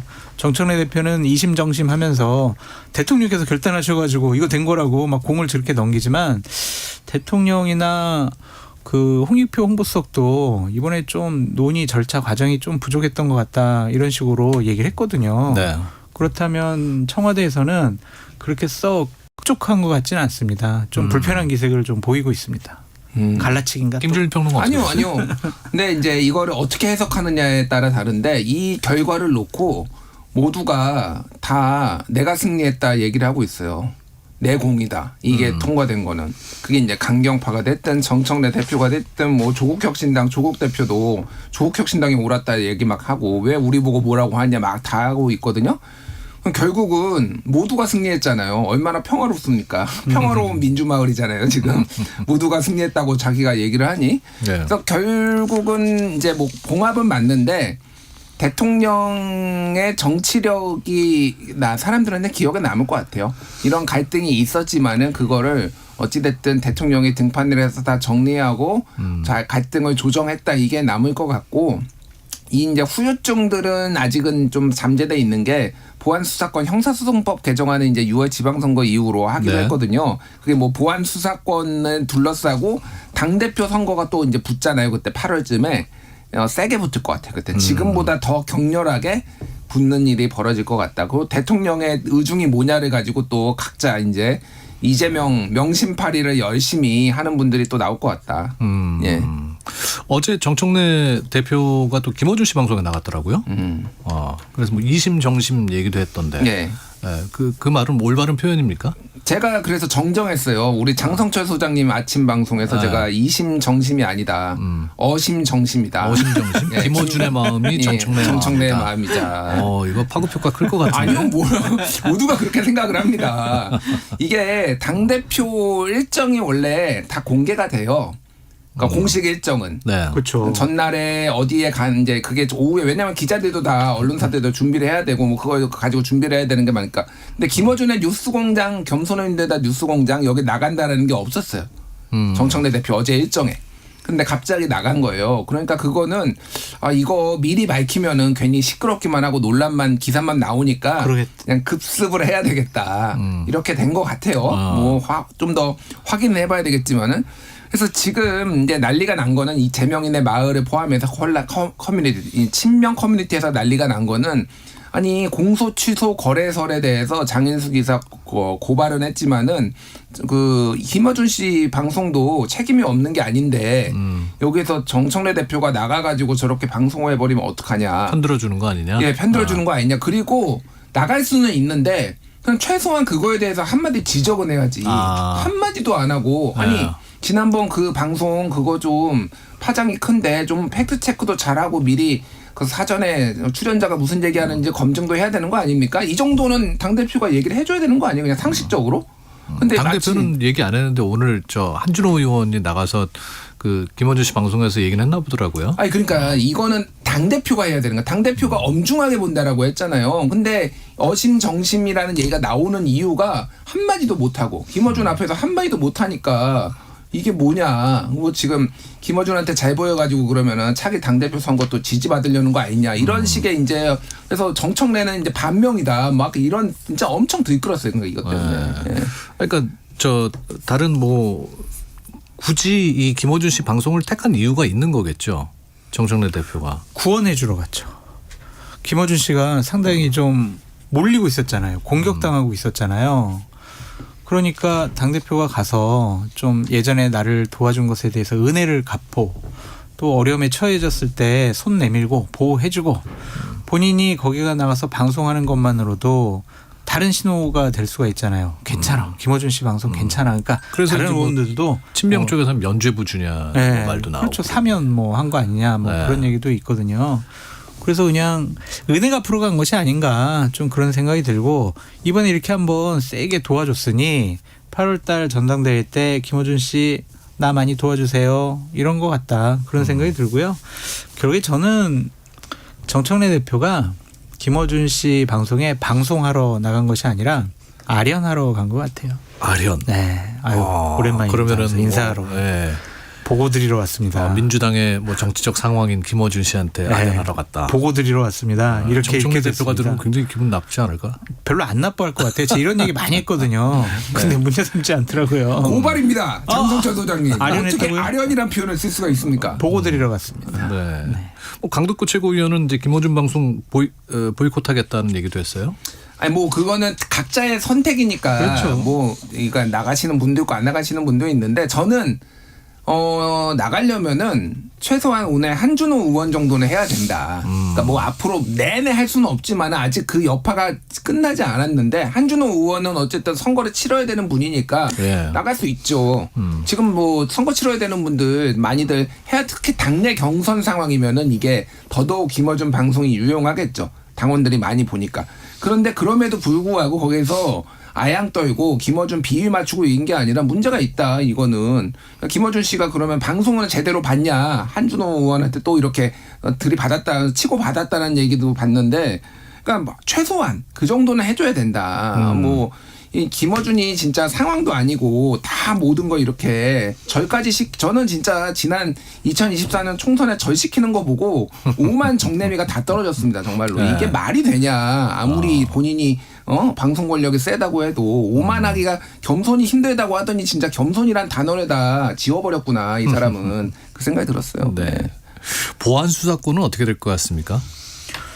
대통령께서는 이것은 좀 유지해야 된다 그런 입장인 것 같아요. 어쨌든 경찰을 좀 견제할 수 있는 수단이기도 하고 또 검사들의 노하우, 검찰의 노하우, 수사 조사의 노하우를 그냥 사장시키는 것은 좀 국가적인 낭비가 아니냐 그런 생각이 드는데 어쨌든 정청래 대표가 기자회견을 통해서 뭐라고 했냐면 검사가 수사에 관여하거나 개입하거나 수사를 하거나 이런 것들에 대한 브릿지를 다 끊어버렸다고 그랬거든요. 네. 그러니까 어떤 검사들은 수사를 정말 못하게 하는 것, 간접적으로라도 못하게 하는 것, 그것을 대단한 성과로 당원들에게 자랑을 했어요.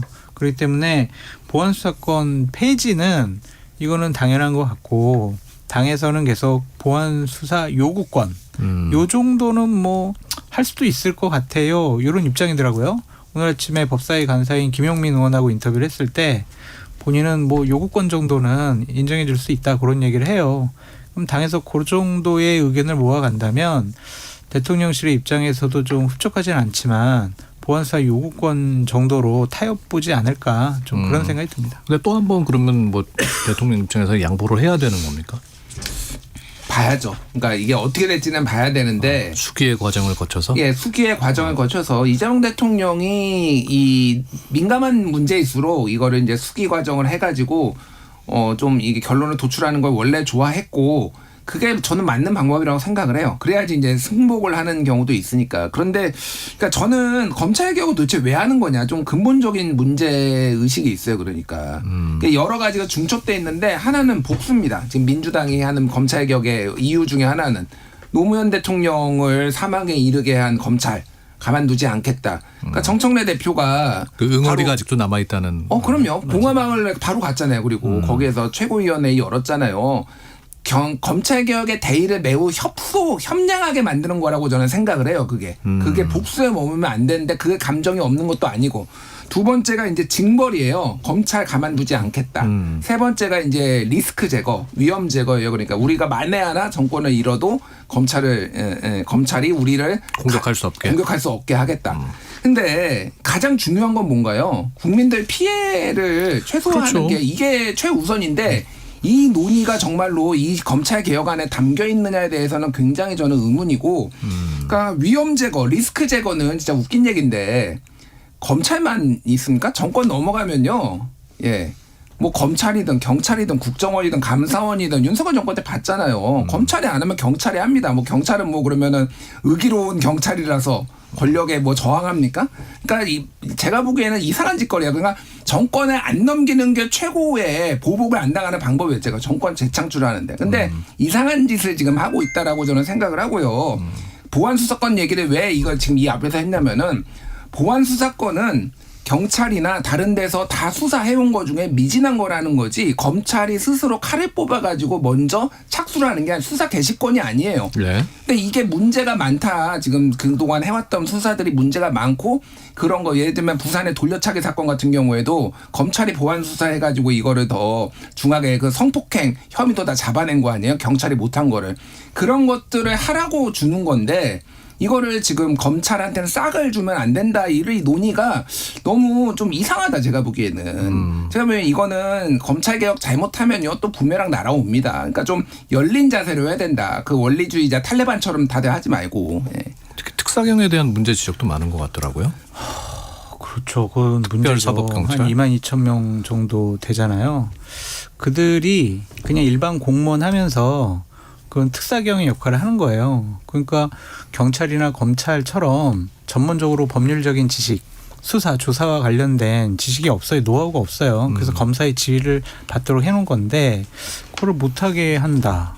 그것이 과연 올바른 뭐 이런 검찰개혁, 사법개혁의 일환일까 그런 의구심은 있습니다.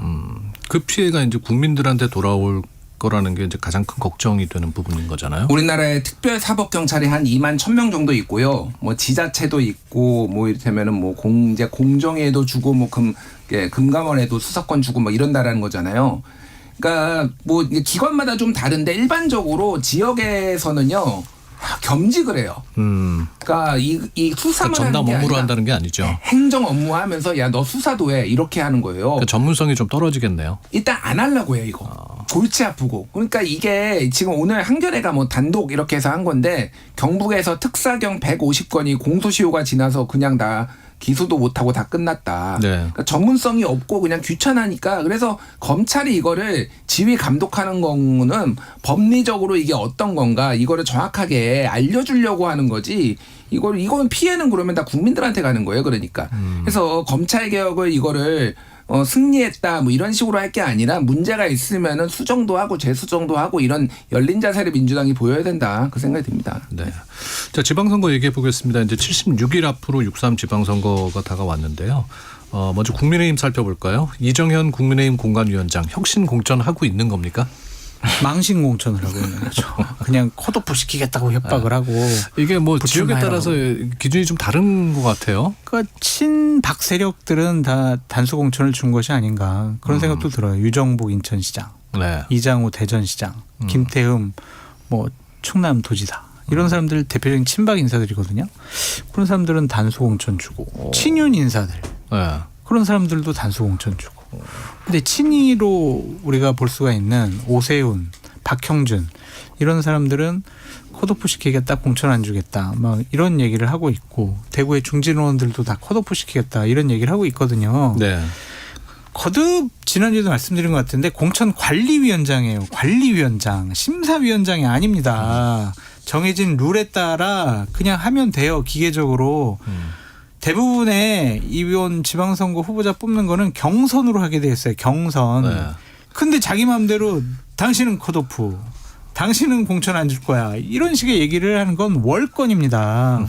대단히 잘못된 공관위원장으로서의 역할을 하고 있지 않느냐. 비판하지 않을 수 없습니다. 그러니까 지역마다 뭐 반발이 심한 것 같습니다. 특히 대구 지역은 어떻게 되는 거예요? 지금 뭐 9명이 신청을 한 것 같은데. 예. 5명이 현역 의원이잖아요. 예. 뭐 컷오프를 하겠다라는 의지를 밝혔고 지금 돌아가는 분위기를 보면은 할 것 같아요, 그냥. 네, 난장판 될 것 같아요, 제가 보기엔. 그래서 그러면 중진 용퇴 시키고. 예. 그럼 뭐 이진숙 전 방통위원장이나 아니 뭐 이진숙 전 방통위원장만 있는 게 아니라 예를 들면 뭐 홍석준 전 의원도 있고 예를 들면 공천 신청 좀 주목을 못 받아서 그러지 뭐 최은석 뭐 초선 의원. 그리고 뭐 유영아 의원, 뭐 박근혜 대통령의 복심으로 물린 뭐 이런 분들이 있으니까 희비가 엇갈리겠죠. 근데 지금 여론조사를 보면 대체적으로 중진들이 인지도가 높기 때문에 다 상단에 있는데 상위 1, 2, 3위 다 날려버린다. 거의 이런 분위기라서 이게 이제 받아들일 수 있을 것인가. 이게 원칙이 뭐냐. 그래서 장성철 소장님이 망신공천이라고 했는데 잘못된 네이밍이다. 이거는. 틀린 네이밍이다. 망자로 시작합니다. 망나니 공천이다. 이건 제가 한 얘기가 아니라 박형준 시장이 망나니 칼춤을 추고 있다. 주호영 의원이 망나니 짓 하고 있다. 이런 표현을 그분들이 썼어요. 그러니까. 그래서 지금 망나니 공천이 됐다. 지금 국힘이. 아까 장 소장님 얘기대로 뭐 저 이정현 위원장이 친박 위주로 저 공천을 주고 있다면은 대구에서는 그럼 유영아 의원이 유력한 건가요? 그렇지도 않을 것 같아요. 거기는. 왜냐하면 유영아 의원은 그냥 배지를 달고 있으니까 그냥 그건 별로 신경을 안 쓸 것 같은데 한 2시간 전에 이정현 공관위원장이 페북에다가 네. 나 이런 사람 공천할 거야 라고 확신해서 얘기를 했어요. 어떤 어디를요? 사람이냐면 기업을 일으켜본 경험, 투자를 결정해본 책임, 일자리를 만들어본 실행력, 경제인 출신을 공천 주겠다라는 것 같아요. 대구 지역에? 대구 지역이든 뭐 충북 지역이든 남아있는 서울 지역에. 지역이든 그러면은 대구 지역 같은 경우에는 이 본인의 세 가지 원칙에 맞는 사람이 한 명이에요. 최은석 의원. CJ 뭐 의외네. 대표이사 출신이잖아요. 네. 그러니까 그 사람 주고 이진숙 위원장은 이거 기업이나 투자나 일자리 해본 적이 없잖아요. 근데 이분은 저 뭐 고성국 씨랑 계속 선거운동을 같이 다닌다고 네, 하던데. 그러니까 최은석 의원이 대구시장 나오면 그 자리가 비잖아요. 네. 거기에 이제 국회의원으로 배지로 출마하도록 배려해 주는 거죠. 그러니까 투사는 국회로 일하고 일자리 만들어 보고 경제인 출신은 시장으로 이런 컨셉을 갖고 있는 것 같아요. 이것도 시시각각 이렇게 또 바뀌네요. 자, 이게 굉장히 눈에 띄는 게 뭐냐면은 최은석 의원이 사실 잘 알려지지는 않았는데 원내 수석 부대표예요. 지역구가 어디입니까? 대구 동구. 대구예요. 동구. 네, 수석 대구죠. 부대표예요? 수석? 수석 부대표 아닌가? 그러니까 그냥 부대표. 그냥 부대표인가? 네, 제가 한 헷갈리는데 10명 중에 한 어쨌든 명일 거예요. 그러니까 부대표이고 그리고 서울에 출마한 서울시장에 출마한 박수민 의원은 원내대표 비서실장이에요. 네, 그러니까 지금 당권파 중에서도 원내대표가 지금 다 원내대표와 가까운 사람들이 다 지금 나오고 있고 말씀하신 대로 박수민 의원 같은 경우에는 기재부 이제 관료 출신이기도 한데 이분이 이제 벤처 사업가기도 해요. 그래서 지금 재산이 신고된 게 315억 원이에요. 비상장 맞네. 주식이. 네. 이게 상장되면 1,000억 원 넘을 거예요. 그러니까 이게 방금 말씀드린 대로 기업인 출신 뭐 이런 걸로 지금 컨셉을 잡은 거야. 그러니까. 그래서 이 박수민 의원도 지금 당권파에서 미는 거고 어쨌든 견제를 해야 되니까 오세훈 시장을 그런 식으로 지금 컨셉이 잡혔다 이렇게 보시면 될 것 같아요. 그러니까 초선 최은석 의원이 대구 동구 군위군 갑이고요. 예. 지역구가 국민의힘 원내부대표 하고 있네요. 원내부대표. 네. 그 대구 동구가 예전에 이제 유승민 의원이 나와가지고 그 무소속으로 나와가지고 된 곳. 그쪽 지역. 예. 그러니까 거기도 이렇게 좀 뭐 대구니까 국민의힘 추천하는 사람 무조건 밀어줘. 막 이런 분위기는 아닐 거예요. 그러니까 지금 이정현 공관위원장이 상당히 좀 착각을 하고 있는 거 아니냐. 좀 네. 그런 생각이 듭니다. 주호영 부의장은 굉장히 지금 격앙된 것 같습니다. 격앙됐죠. 네. 네. 어제 조갑조 대표가 우리 방송 나와서 주호영 부의장 무소속이라도 나갈 거다. 안 돼요. 라고 그렇게는 안 할 거다. 지금 국회의원 임기가 2년 넘게 남았습니다. 만약에 이번에 대구시장 나갔어요. 무소속으로. 안 됐어. 또 민주당 후보가 됐어요. 그럼 대구 지역에서 정치하기가 쉽지 않아요. 그래서 배지도 떨어지고 대구시장도 안 되고 그런 최악의 경우에는 앞으로 정치를 그만둬야 될 상황 그리고 상당히 여러 가지로 공격받을 소지가 많아요. 네. 그런 위험한 선택은 하지 않을 것으로 보여집니다. 그러면은 컷오프 될 것 같다라고 김준일 평론가 얘기했잖아요. 네. 그러면은 그냥 의원으로 남아 있는 무소속으로 나가지 그러니까 않고. 근데 이제 벼랑 끝 전술을 펼치려면은 내가 무소속으로 탈당해서 나갈 수도 있다 정도의 뉘앙스는 띄워줘야 되는 거예요. 그래야지 이제 당에서도 위협을 느끼는 건데 오세훈 시장처럼 예를 들면은 나는 무조건 국민의힘 소속으로 출마하겠다라고 하면 이거 꼬리 내린 거잖아요. 그러면은 더 이제 카드 레버리지가 없는 거예요. 그러니까. 그래서 그런 벼랑 끝 전술을 펼치는 것 같은데 확률적으로는 그렇게 왜냐하면 출마를 하면 어쨌든 국회의원을 포기해야 되는 거잖아요. 네. 그러니까 경선이 아니라 이제 본선 그 출마는 그러니까 저도 확률은 낮다. 지금 국회 부의장이에요, 심지어 지금. 그렇죠. 예, 그럼 그런 결기까지는 안 보인다는 거예요? 그런 결기는 안 보이지만 어쨌든 지금은 최대한 좀 싸워서 얻어낼 거를 얻어내자. 그래서 저는 컷오프는 아니더라도 대규모 감점이 있을 가능성도 있다. 그거 타협점으로 하면은 뭐 중진대 30%씩 감점한다든지 뭐 이런 식으로 해가지고 그걸 뚫어내고 만약에 후보가 되면은 그것도 대단하다. 그 중진도 그 생각이 들어요. 네. 그래서 주호영 부회장도 뭐 삼각 커넥션 얘기하는 거 아니겠어요? 오늘 이 얘기했다는데요. 이정현 위원장, 유튜버 고성국 그리고 이진숙 전 방송통신위원장 이 사람들이 삼각 커넥션 의혹이 있는 게 아니냐. 공개적으로 뭐 제기를 했다는데. 그러니까 이정현 공관위원장은 고성국 씨가 추천한 거 아니냐 그런 얘기를 계속 하고 있어요. 네. 고성국 씨는 이진숙 전 방통위원장 손잡고 대구에서 돌아다니고 있고 대구 시민 복 받았다. 이러면서 이진숙 위원장을 엄청 띄워주고 있거든요. 또 뭐 한마디 문제되지 않았어요? 서울시장 감인데 대구시장. 그렇죠. 그러니까 되게 많이 띄워주고 있어요. 대구를 깔보냐 뭐. 그러니까 여러 가지 커넥션이 있는 거 아니냐 의심할 수밖에 없는 것이고 저는요 고성국 씨가 본인 유튜브에서 이 사람이 뭐 대구시장, 이 사람은 뭐 광주시장, 뭐 이 사람은 어디 뭐 서울시장 뭐 이렇게 하는 사람들 있잖아요. 그 사람들 다 컷오프 시켜야 된다고 생각합니다. 그 사람들이야말로 해당 행위를 하고 있는 것이 아니냐. 당의 공천 룰과 시스템이 있잖아요. 그런 것에 기대서 해야지. 장동혁 대표에게 영향력이 있다라고 생각을 하니까 거기에 나가서 방송하고 또 같이 손잡고 다니고 그런 사람들을 정치할 자격이 없다고 생각을 합니다. 네. 김부겸 전 총리는 대구 민주당 후보로 나오는 거예요? 99.9999%. 오, 네. 야, 어떻게 그 마음 안에 들어가 있는 건가요? 왜냐면은 어제 뭐 서울신문에서 단독으로 썼잖아요. 뭐 나올 듯 25일쯤 뭐 출마 선언을 할 듯 뭐 측근 이름 써가지고 했잖아요. 그게 사실이 아니면 입장문을 내야 됩니다. 나갈 생각 없어요. 오보예요. 그래야 되는데 아직까지 그런 얘기 없잖아요. 그리고 좀 얘기 들어봤더니 민주당에서 민주연구원에서 김부겸 전 총리를 넣고 좀 조사를 돌렸더니 대단히 경쟁력이 높은 이제 수치가 나왔다. 네. 그걸 들고 가서 이제 설득을 했다. 뭐 이런 얘기도 있더라고요. 그래서 거의 출마 쪽으로 기울어진 것 같습니다. 뭐 말씀하신 거 그대로고요. 이제 지금 여건이 되게 출마하기 좋은 쪽으로 지금 다 하나씩 가고 있다. 첫 번째는 이재명 대통령 지지율이 지금 60% 후반대를 기록하고 있으면은 네. 이게 정권이 특히 1년도 안 된 상황에서 지금 이제 1년 정도 된 상황에서 선거를 치르면은 이거는 이길 가능성이 높고 두 번째가 국민의힘의 공천이 저렇게 막장으로 가면은 이게 보수가 결집이 안 될 수도 있다. 그래서 보수 대구가 원래 우리라도 살려야지 보수를 약간 이런 정서가 있거든요. 아무리 그 국민의힘이 못해도 근데 이번에는 좀 진짜 정신 차리게 해야 되겠다 얘들. 약간 이런 정서도 있다고 대구에 계신 분들이 얘기를 하더라고요. 그런 것도 있고 이제 지금 뭐 또 다른 언론 보도에 따르면은. 지금 대구 경제 부흥 정책 패키지를 정부가 좀 준비해 줘라 이런 것까지 얘기를 했다라는 거예요. 그러니까 대구 이번이 컨셉이 그러니까 지역 발전이에요 사실은.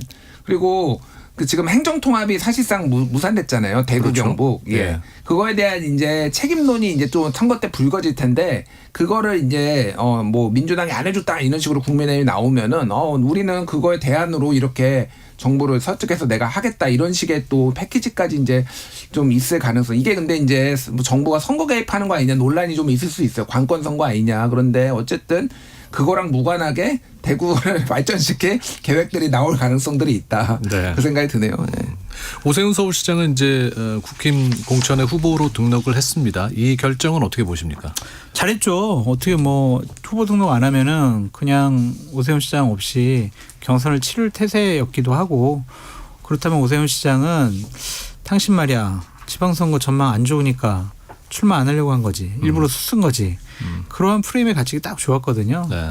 그래서 어쨌든 장동혁 대표에서 할 만큼 했고 당의 변화와 쇄신을 요구했고 국민의힘의 정치인들이라든지 아니면 방역단체장들 중에서 오세훈 시장만큼 당의 변화와 쇄신을 요구한 사람 없어요. 장동혁 대표한테 당신 그만두라고 그렇게 얘기한 사람 현역 중에 없습니다. 그런 용기 있는 결정을 한 오세훈 시장이 이번 사태를 통해서 서울시장 본선에 나가게 되면 보다 더 큰 경쟁력을 확보하는 그러한 명분과 계기로 이 상황을 좀 이용하지 않을까 그런 생각이 듭니다. 오세훈 시장이 시키드나. 아니요. 제 생각인데요. 아니 이렇게 제 생각인데요. 일방적으로 칭찬만 하시면 어떡합니까? 그러면 좀 뭐 비판하세요. 예, 아니 뭐 이건 손익계산서가 있죠. 사실은 등록을 해도 욕 먹고 안 해도 욕 먹고 뭐 그런 상황이었어요. 뭐 그럴 거 아니에요. 등록을 하면은 뭐 뭔가 해보려고 하더니 바뀐 거 아무것도 없는데 꼬리 내렸네. 등록 안 하면은 아니 무책임하게 지금 그 25개 구청장 후보들 그리고 의원들 시의원들이 오세훈 보고 있는데. 그리고 이게 줄투표 성향이 있기 때문에 지방선거는 맞습니다. 서울시장에 경쟁력 있는 사람이 나와야지 당선 가능성이 높아지는데 왜 이렇게 무책임하냐. 몰래도 이제 그런 건데 결과적으로 보면 어쨌든 뭐 저도 잘했다고 봐요. 그러니까 등록을 안 해서 싸우기에는 지금 본인이 가진 카드가 없어요. 아니 근데 이후에 만약에 대안이, 예. 오세훈 시장이 이제 본선에 등판을 한다고 거 치면은 장동혁 대표랑 같이 손잡고 저 선거운동하러 다닐 수 있겠습니까? 어제 김병민 부시장 얘기로는 현재의 스탠스를 장동혁 대표가 유지하면 같이 하기가 힘들지 않겠냐 이렇게 얘기하더라고요. 그거는 선거 유세 도와주러 올게 이렇게 오지 해도 마? 됐어요. 나 지금 부산 갈 거예요. 뭐 이럴 가능성이 높아요. 그러면 뭐 선대위를 따로 꾸린다는 얘기도 있던데. 서울시 선대위는 따로 꾸리겠죠. 그러니까 그걸 중심으로 하지 않을까 그런 생각이 듭니다. 근데 뭐 지금 사실 장동혁 대표 오라고 선거전 들어갔을 때 와서 유세 좀 해달라고 할 만한 지역이 있을까요? 진짜. 아니 명색이 국민의힘 당대표인데. 예. 그러니까 당대표죠.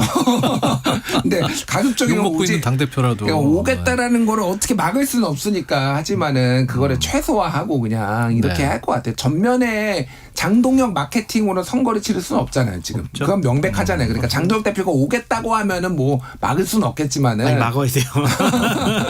도망가야 돼. 장동혁 대표가 고성국 씨랑 같이 오면은 막아야지. 근데 장동혁 대표 오면은 그래도 받아줘야지. 유세 장소를 급하게 변경하는 거예요. 그래서 가면 없게.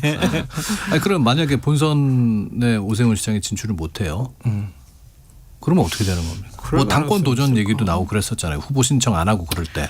그러니까 예를 들면은 본선에 나갔는데 이제 안 됐어요. 그러면은 본인 할 수 있는 거는 다음번 2028년 총선에 출마하든지 아니면 그 전에 전당대회 출마해서 당권을 가져오려고 하든지 그렇게 해야 2030. 장소영님은 본선에 나갈 거라고 100% 확신하시는 거네요. 아니 어떤 룰을 하더라도 오세훈 시장을 현실적으로 이길 수 있는 경쟁력 있는 후보가 없어요. 만약 이정현 위원장이 지금처럼 그냥 컷오프 시켜버리면은. 컷오프 시킨다면은 오세훈 시장으로서는 뭐 무소속 출마도 생각해 볼 수밖에 없겠죠. 근데 그렇게 공천 신청하라고 했는데 컷오프를 시키겠냐 좀 그런 생각이 들고요. 어쨌든 본선에 나가게 되면 어느 정도 경쟁력이 있지 않을까. 네. 그 유명한 만화짤이 있어요. 만화에서 나오는 밈이 있어요. 내가 무릎을 꿇은 건 추진력을 얻기 위함이다. 이런 게 있거든요. 내가 오세훈에게 공천 신청하라고 한 거는 컷오프하기 위함이다. 이거 제가 보기에는 컷오프 가능성 배제할 수 없어요. 제가 서울시 의원들이나 서울시 의원들이나 당협위원장들이나 시군구 뭐 출마하려고 하는 기초단체장, 구의원, 시의원들 가만 안 있을 거예요. 컷오프 된다면. 왜냐하면 그만한 경쟁력이나 인지도를 갖고 있는 사람이 없거든요. 박수민 의원, 윤희숙 전 의원 무시하십니까 지금? 예, 무시합니다. 예. 내일 윤희숙 전 의원 나오는데 이 말을 제가 꼭 무시했다고 꼭 전해주세요. 예. 자, 그럼 부산시장으로 가보겠습니다. 지금 박형준 부산시장, 주진우 의원 경선으로 가는 거죠?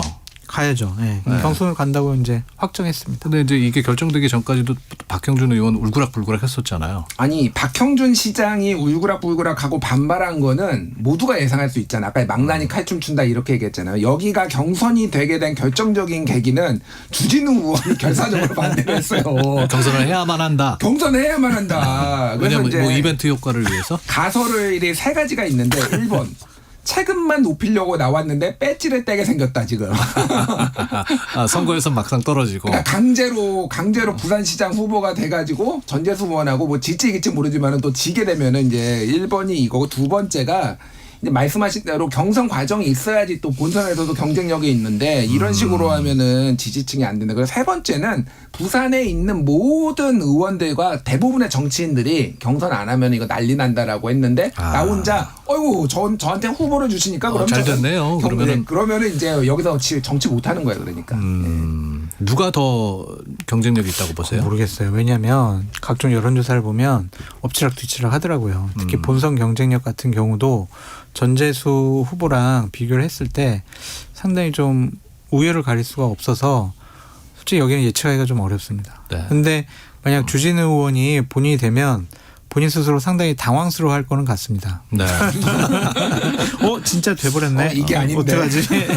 그러면 상대방 후보인 그 전재수 의원 오늘 검경합동수사본부에서 소환한다고 하던데요? 형식적인 것 같아요. 그러니까 저는 그냥 한번 소환하고, 그러니까 왜냐면은 이게 소환 조사 없이 선거전 들어가잖아요. 그러면은 상대방 진영에서는 검찰이 막 봐주게 한 거고 지금 막 그냥 무마시키려고 그러고 그냥 없던 걸로 해주려고 그런 거 아니냐 막 그런 공격을 당하지 않기 위한 면피성 소환 조사. 주진우 의원은 또 꽃길 깔아주지 말라라고 또 얘기를 했던데. 아니 뭐 야당 입장에서는 그렇게 보는데 이게 그러니까 뭐 장성철 소장님 말씀하신 게 거의 정확할 거예요. 그러니까 여기에서 뭐 기소를 하거나 그럴 가능성은 전혀 없다. 예. 그래서 하더라도 이제 선거 이후에 하는데 지금 상황은 전체적으로는 불기소하지 않을까? 그런 쪽으로 가는 것 같아요. 그것도 결론 안 내리고 그냥 저 한번 소환조사하고 그냥 뭉갤 것 같아요. 그래요? 네. 불기소하면은 또 봐주겠다라고. 그렇죠. 그러니까 제가 말하는 거는 선거 전에는 안 하고 선거 그렇죠. 끝나고 불기소하지 않을까. 맞습니다.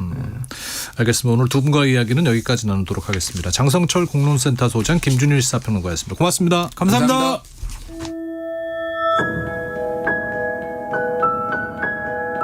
KBS 1라디오 세상의 모든 정보 윤인구입니다. 청취자 여러분과 함께하는 상담 코너 시작합니다. 아이의 내일을 키우는 시간.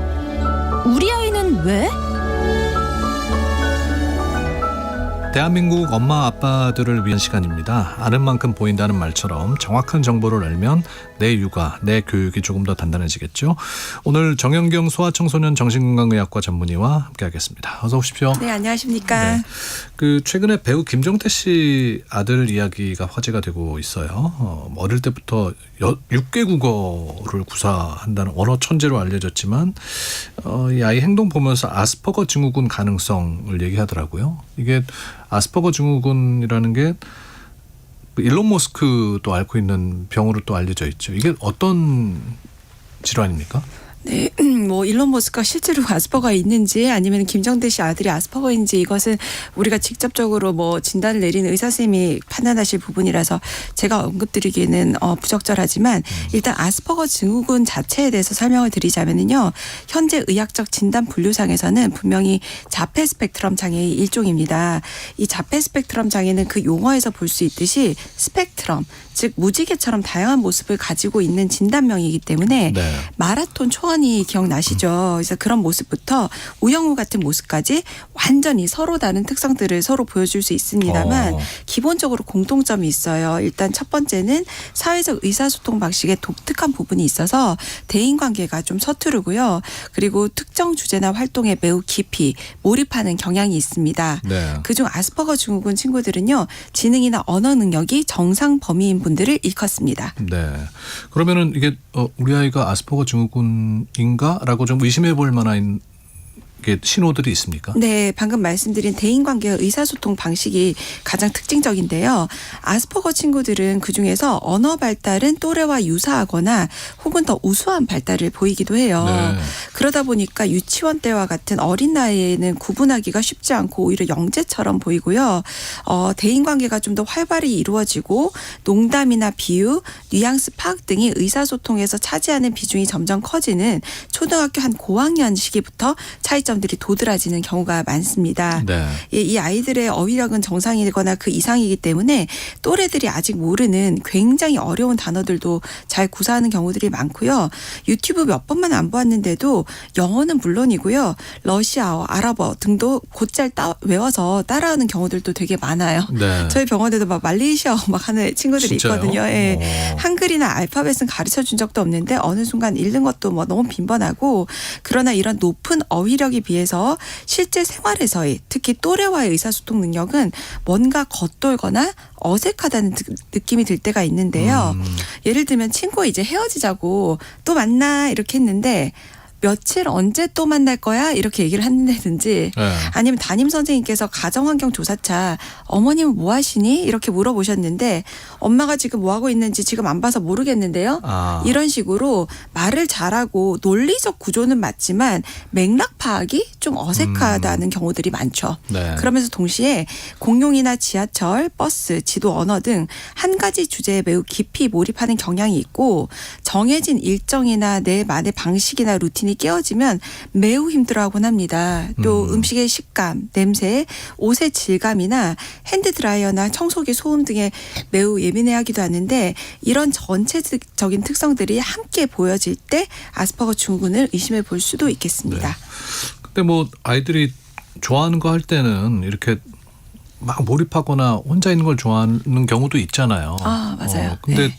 이게 부모 입장에서 단순한 그냥 이 아이의 성격인지 아니면은 지금 우리가 말하고 있는 이런 증후군의 형태인지를 네. 어떻게 알 수 있어요? 맞아요. 이게 정말 좋은 질문인데요. 그래서 또 유아기에 좀 발견이 어렵기도 하고요. 그래서 중요한 포인트는 3가지. 즉 정도가 얼마인지, 그리고 생활에서의 어려움을 경험을 하는지, 그리고 연령에 적합한지인데요. 말씀 주신 대로 영유아는 발달 특성상 특정 영역에 깊이 몰입하는 시기가 있어요. 뭐 자동차 아니면 분수, 뭐 공룡이나 뽀로로, 티니핑 같은 캐릭터에 다들 한 번씩 깊이 빠져들어서 어머 우리 아이 나중에 엔지니어 되는 거 아니야 싶어서 뿌듯해지기도 하고. 많은 엄마 아빠들이 맞아요. 정말 그렇죠. 저도 하죠. 그랬습니다. 그다음에 장난감 어떤 거 계속 반복해서 사달라고 해서 너무 비싸니까 난감해하시기도 하죠. 근데 이게 일반적인 특성인데요. 그렇게 하다가도 보통은 다른 또래들이 다른 놀이를 원한다. 그러면은 그쪽으로 좀 전환이 되는데, 아스퍼거 친구들은 계속해서 일방적으로 자신이 원하는 캐릭터 이야기만 하려고 하고 다른 활동으로 전환이 어려우면서 또 일반적인 연령이 맞지 않게, 예를 들어 뭐 11살은 이제 더 이상은 티니핑을 일반적으로는 좋아하지 않는데 거기에 굉장히 몰두하면서 그것을 좀 숨기려고도 하지 않고, 그리고 사회적 관계를 맺는 것에 전반적으로 좀 서투름 있는 경우에는 아스퍼거 증후군의 특성이라고 볼 수 있겠습니다. 네. 그러니까 아스퍼거 증후군이라는 게 뭐 청소년이나 성인이 돼서 진단하는 경우도 있나요? 사실 굉장히 많아요. 왜냐하면 어휘 발달이 정상이기 때문에 아주 미묘한 의사소통 능력이 더 요구되는 고학년이나 청소년기에 처음 발견되는 경우들 굉장히 많고, 예. 성인이 되어서야 알게 되는 경우들도 꽤 많아요.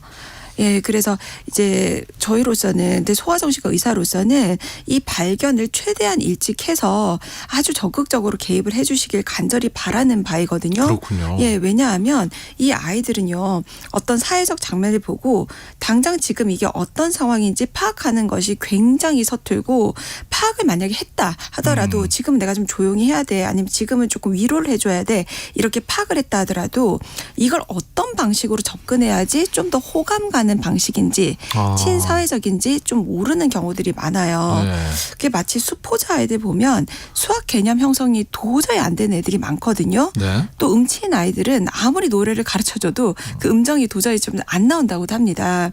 그것처럼 아스퍼거 증후군 아이들은 사회적 뉘앙스를 파악하는 것이 너무나 어렵습니다. 그러다 보니 영문도 본인은 모르고 또래들 사이에서 좀 배제되거나 아니면 계속 안 좋은 평판을 듣게 되다 보면 그럴 수 있겠네요. 본인은 이유도 모르고 우울해지고 자기 효능감이 떨어지게 되는 그런 경우들이 많은데요. 그래서 아주 일찍부터 우리가 아이들한테 좀 느린 아이들한테 한글, 영어, 연산을 따로 가르치듯 아스퍼거 친구들에게는 사회적 맥락 파악 연습, 그리고 어떻게 하는 것이 적절한 반응인지를 반복해서 교육한다면 이 아스퍼거 아이들이 경험하는 고립감과 같은 심리적 고통을 조금이나마 줄일 수 있기 때문에 꼭 이른 개입이 도움이 된다라고 생각을 합니다. 네. 2958님께서 ADHD와 아스퍼거 증후군 증상이 비슷한 것 같다고 하시면서 어떻게 둘을 구분하냐고 하죠. 네, 매우 날카로운 질문인데요. 언뜻 보면 정말 비슷할 때가 많거든요. 그런데 ADHD 아이들은요, 알지만 조절이 안 되는 상태이기 때문에 알아요. 그래서 붙잡아두고 하나하나 차근차근 얘기해보면 맥락 이해를 잘 하고 있음을 볼 수 있는데, 아스퍼거 친구들은 맥락 이해 자체가 잘 안 됩니다. 예를 하나 들어볼게요. 제가 얼마 전에 이제 새치 염색을 해서 머리가 시커매졌어요. 네. 그렇게 해서 염색을 하고 진료를 받더니 한 ADHD 친구가 저한테 와서 선생님 염색했어요? 머리 안 어울려요. 막 이러더라고요. 막 웃으면서. 왜냐하면 자기도 하면 안 되는 것 같으니까. 그래서 야, 그렇게 말하니까 선생님 너무 속상하다. 그랬더니 농담이에요. 근데 진짜 못생겼어요. 이러더라고요. 그래서 이 친구는 자기도 그만하고 싶으니까 뭐 농담이라고도 하고 좀 웃음도 지으면서 뭐 어쩔 줄을 몰라 하면서, 하지만 그 친구는 그렇게 생각도 하지만 떠오르는 생각을 참을 수도 없고 그다음에 입 밖으로도 튀어나오는데 네. 이런 게 ADHD 아이들의 특징이라면, 같은 날 아스퍼거 친구는 저한테 오더니 머리 염색했어요? 이래요.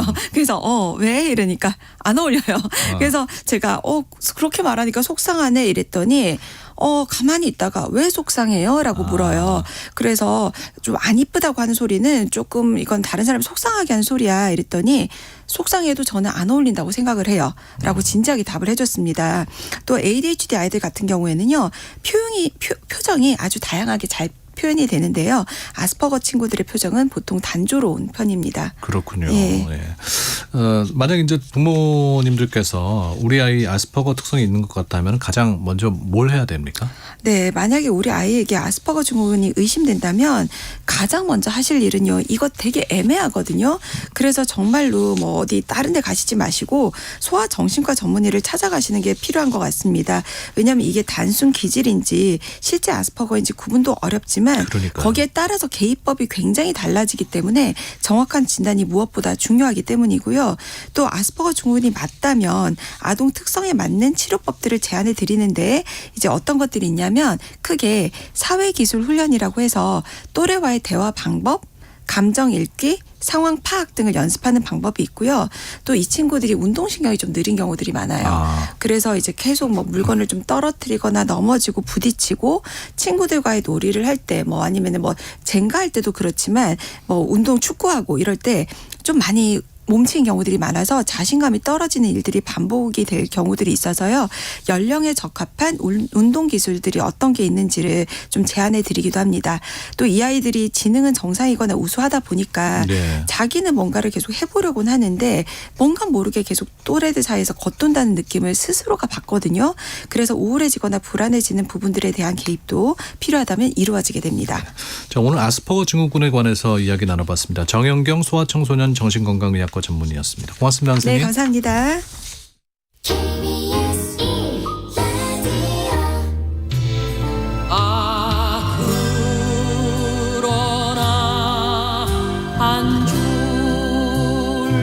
세상이 한눈에 내려다 보이고 세상의 신선함을 느낄 수 있는 곳. 그래서 산에 오르는 게 좋다는 어몽길의 이산 명산.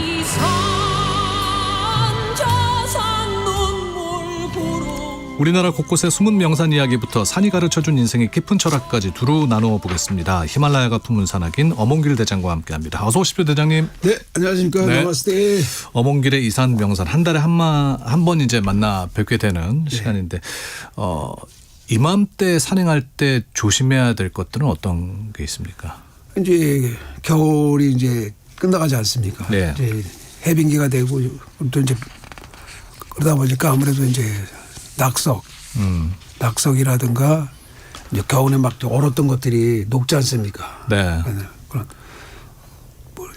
낙서 같은 것도 주의하고 그다음에 또 이럴 때 좀 덥다고 옷 가볍게 가져가시는 분들도 있는데 그리고 이제 옷을 어떻게 그렇죠. 갖춰야 돼요, 복장은?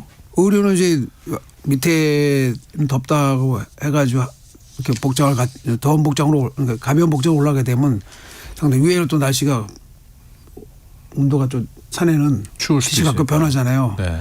날씨가 상당히 또 변화가 심하니까 산이라는 것이 그렇기 때문에 항상 여벌에 보온 자켓이라든가 바람막이 자켓이라든가 이런 걸 준비하는 것이 굉장히 좋죠.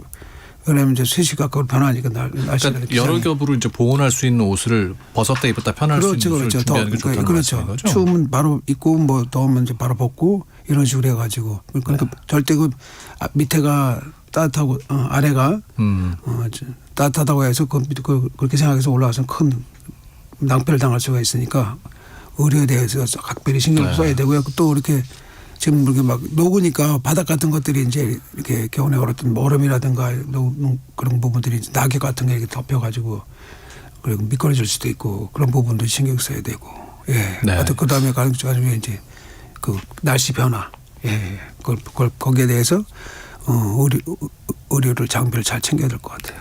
자, 오늘은 대장님 고향으로 갑니다. 아, 고향이요? 경남 예. 고성으로 가기로 했는데 네, 어느 산 소개해 주실 거예요? 예, 강원도 고성이 아닙니다. 제 고향은 경상남도 고성. 예. 남해안인데요. 네. 예, 거류산 그 571m인데 그 산이 이제 우리 고성의 진산 명산입니다. 네. 570m면 만만히 볼 산은 아닌데요. 이게 그렇죠. 이 바닥에서부터 쉽게 말하면 올라가는 해발 그러니까 해수면이라고 생각하면 돼. 쉽게 땅에서부터 바닥 거의 가까운. 그러니까 올라가기 때문에 산이 그렇게 낮은 산은 아니죠. 네.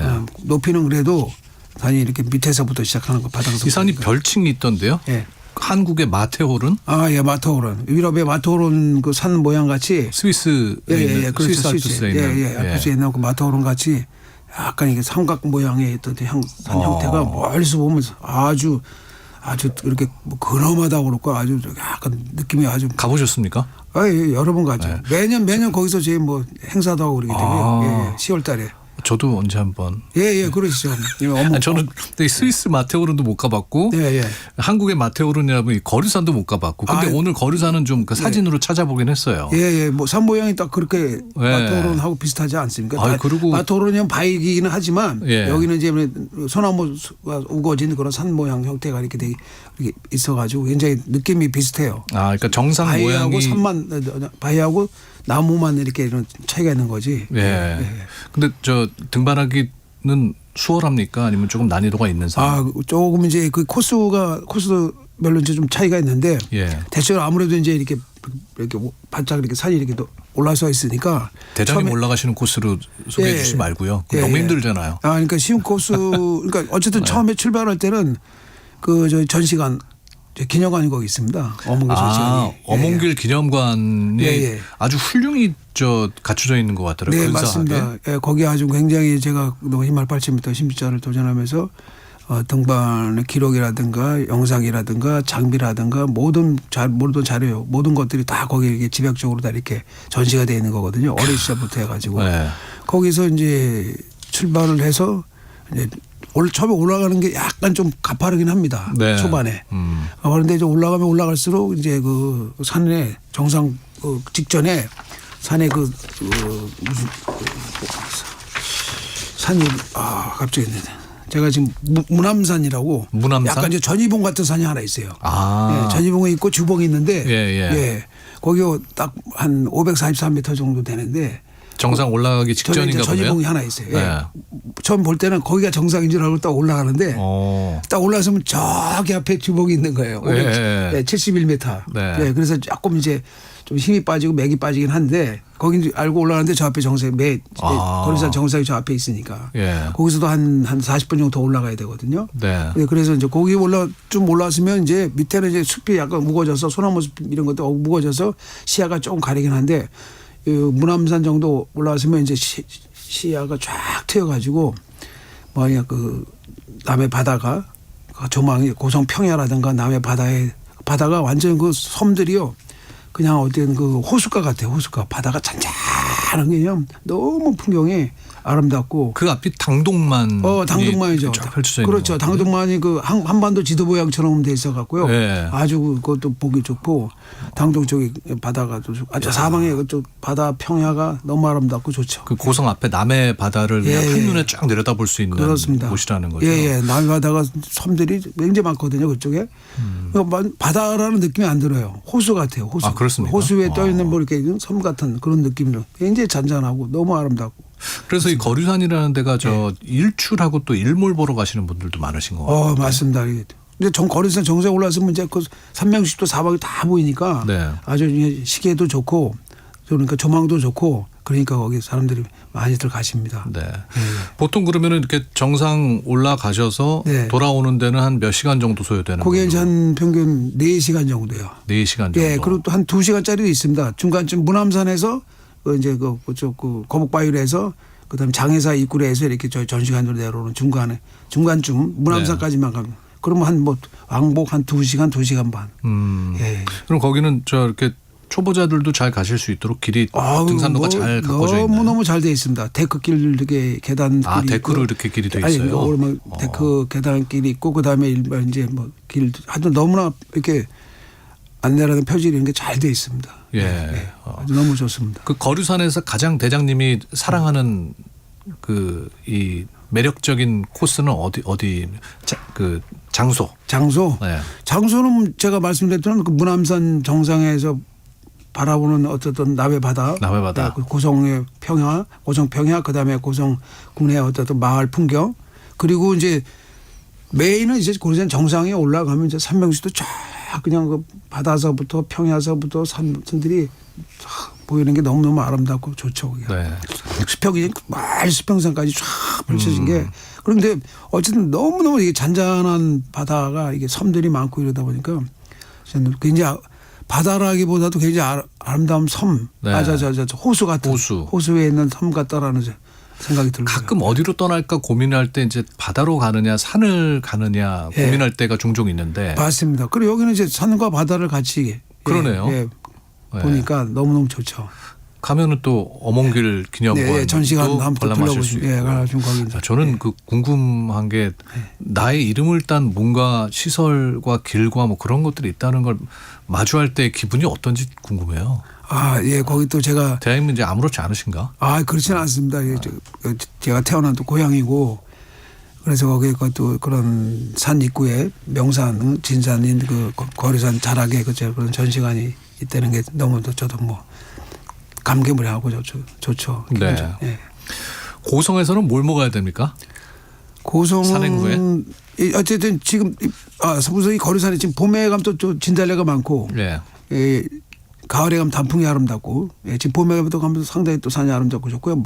먹거리는 뭐 많죠. 계절에 따라 특징한데 지금 어쨌든 아무리 바다니까 해산물이 좋지 않습니까? 회 먹어야 싱싱해요. 네. 그렇죠. 당동면 쪽에 가면 그 횟집들이 있거든요. 네. 당동 횟집이라고 여러 가지 횟집들이 있는데 또 친절 횟집 이름까지 친절하게 설명을 해주시는 우리 대장님. 네. 고성이 최고입니다. 근데 어쨌든 거기에 그 횟집들이 여러 횟집인데 거기에 요즘요 도다리가 많이 나오는데 봄도다리. 예, 봄도다리에다가 야생 쑥이요. 그 지천에 쑥이 굉장히 많아요. 야생 그러고 쑥이요. 보니까 도다리 쑥국 먹을 때네요. 예, 이거 밭에 논두렁 같은데 밭에 이런 데 가면 막 야생 쑥들이 굉장히 많거든요. 네. 쑥이 참 많습니다. 그럼 그 야생 쑥에다가 거기다가 도다리 쑥국 끓이면서 팍 우려갖고 드시면 국물이 그냥 맑은 게 뽀연 게 말입니다. 그냥 그럼 굉장히 뭐 시원하고 쑥에 같은 특이한 향기도 나고 네. 맛도 나고 그 너무너무 맛있고 좋습니다. 네.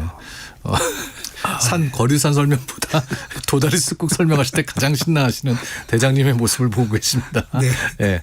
9870님 통영 산불감시 7호 초소 근무자인데요. 현재 거류산 벽방산이 한눈에 보이신다고. 고성만과 어울려서 한 폭의 그림 같습니다. 감사합니다 하시는데요. 야, 또 이렇게 지금 저희 방송을 들으시면서 눈앞에 거류산을 보고 계신 분이 계셨네요. 자, 거류산 가시려는 분들께 마지막으로 이렇게 조언 한마디 해주시고 마무리하도록 하겠습니다. 예, 뭐 조언은 이제 당연히 이제 뭐 거기 어몽길 전시관에 가시면 주차장도 시설 잘 돼 있고요. 네. 거기다 보면 그 식수가 또 지하수 이렇게 지하수에서 이제 끌어올려서 이제 식수를 만들어놨는데 물이 상당히 좋아가지고요. 동네 마을 분들이 막 그 물 받으러 오시고 그러는데 거기가 어쨌든 거기서 물 한 잔 시원하게 드시고 알겠습니다. 몸들 푸시고 그다음에 그 제가 말씀드린 네. 맞춰야 될 것 같아요. 예, 문암산 코스를 해서 네. 정상 갔다 내려오면 딱 좋을 것 같습니다. 자, 거류산 계획하고 계신 분들 잘 다녀오시고요. 어몽길 대장님과 함께했습니다. 오늘 순서 마치겠습니다. 고맙습니다.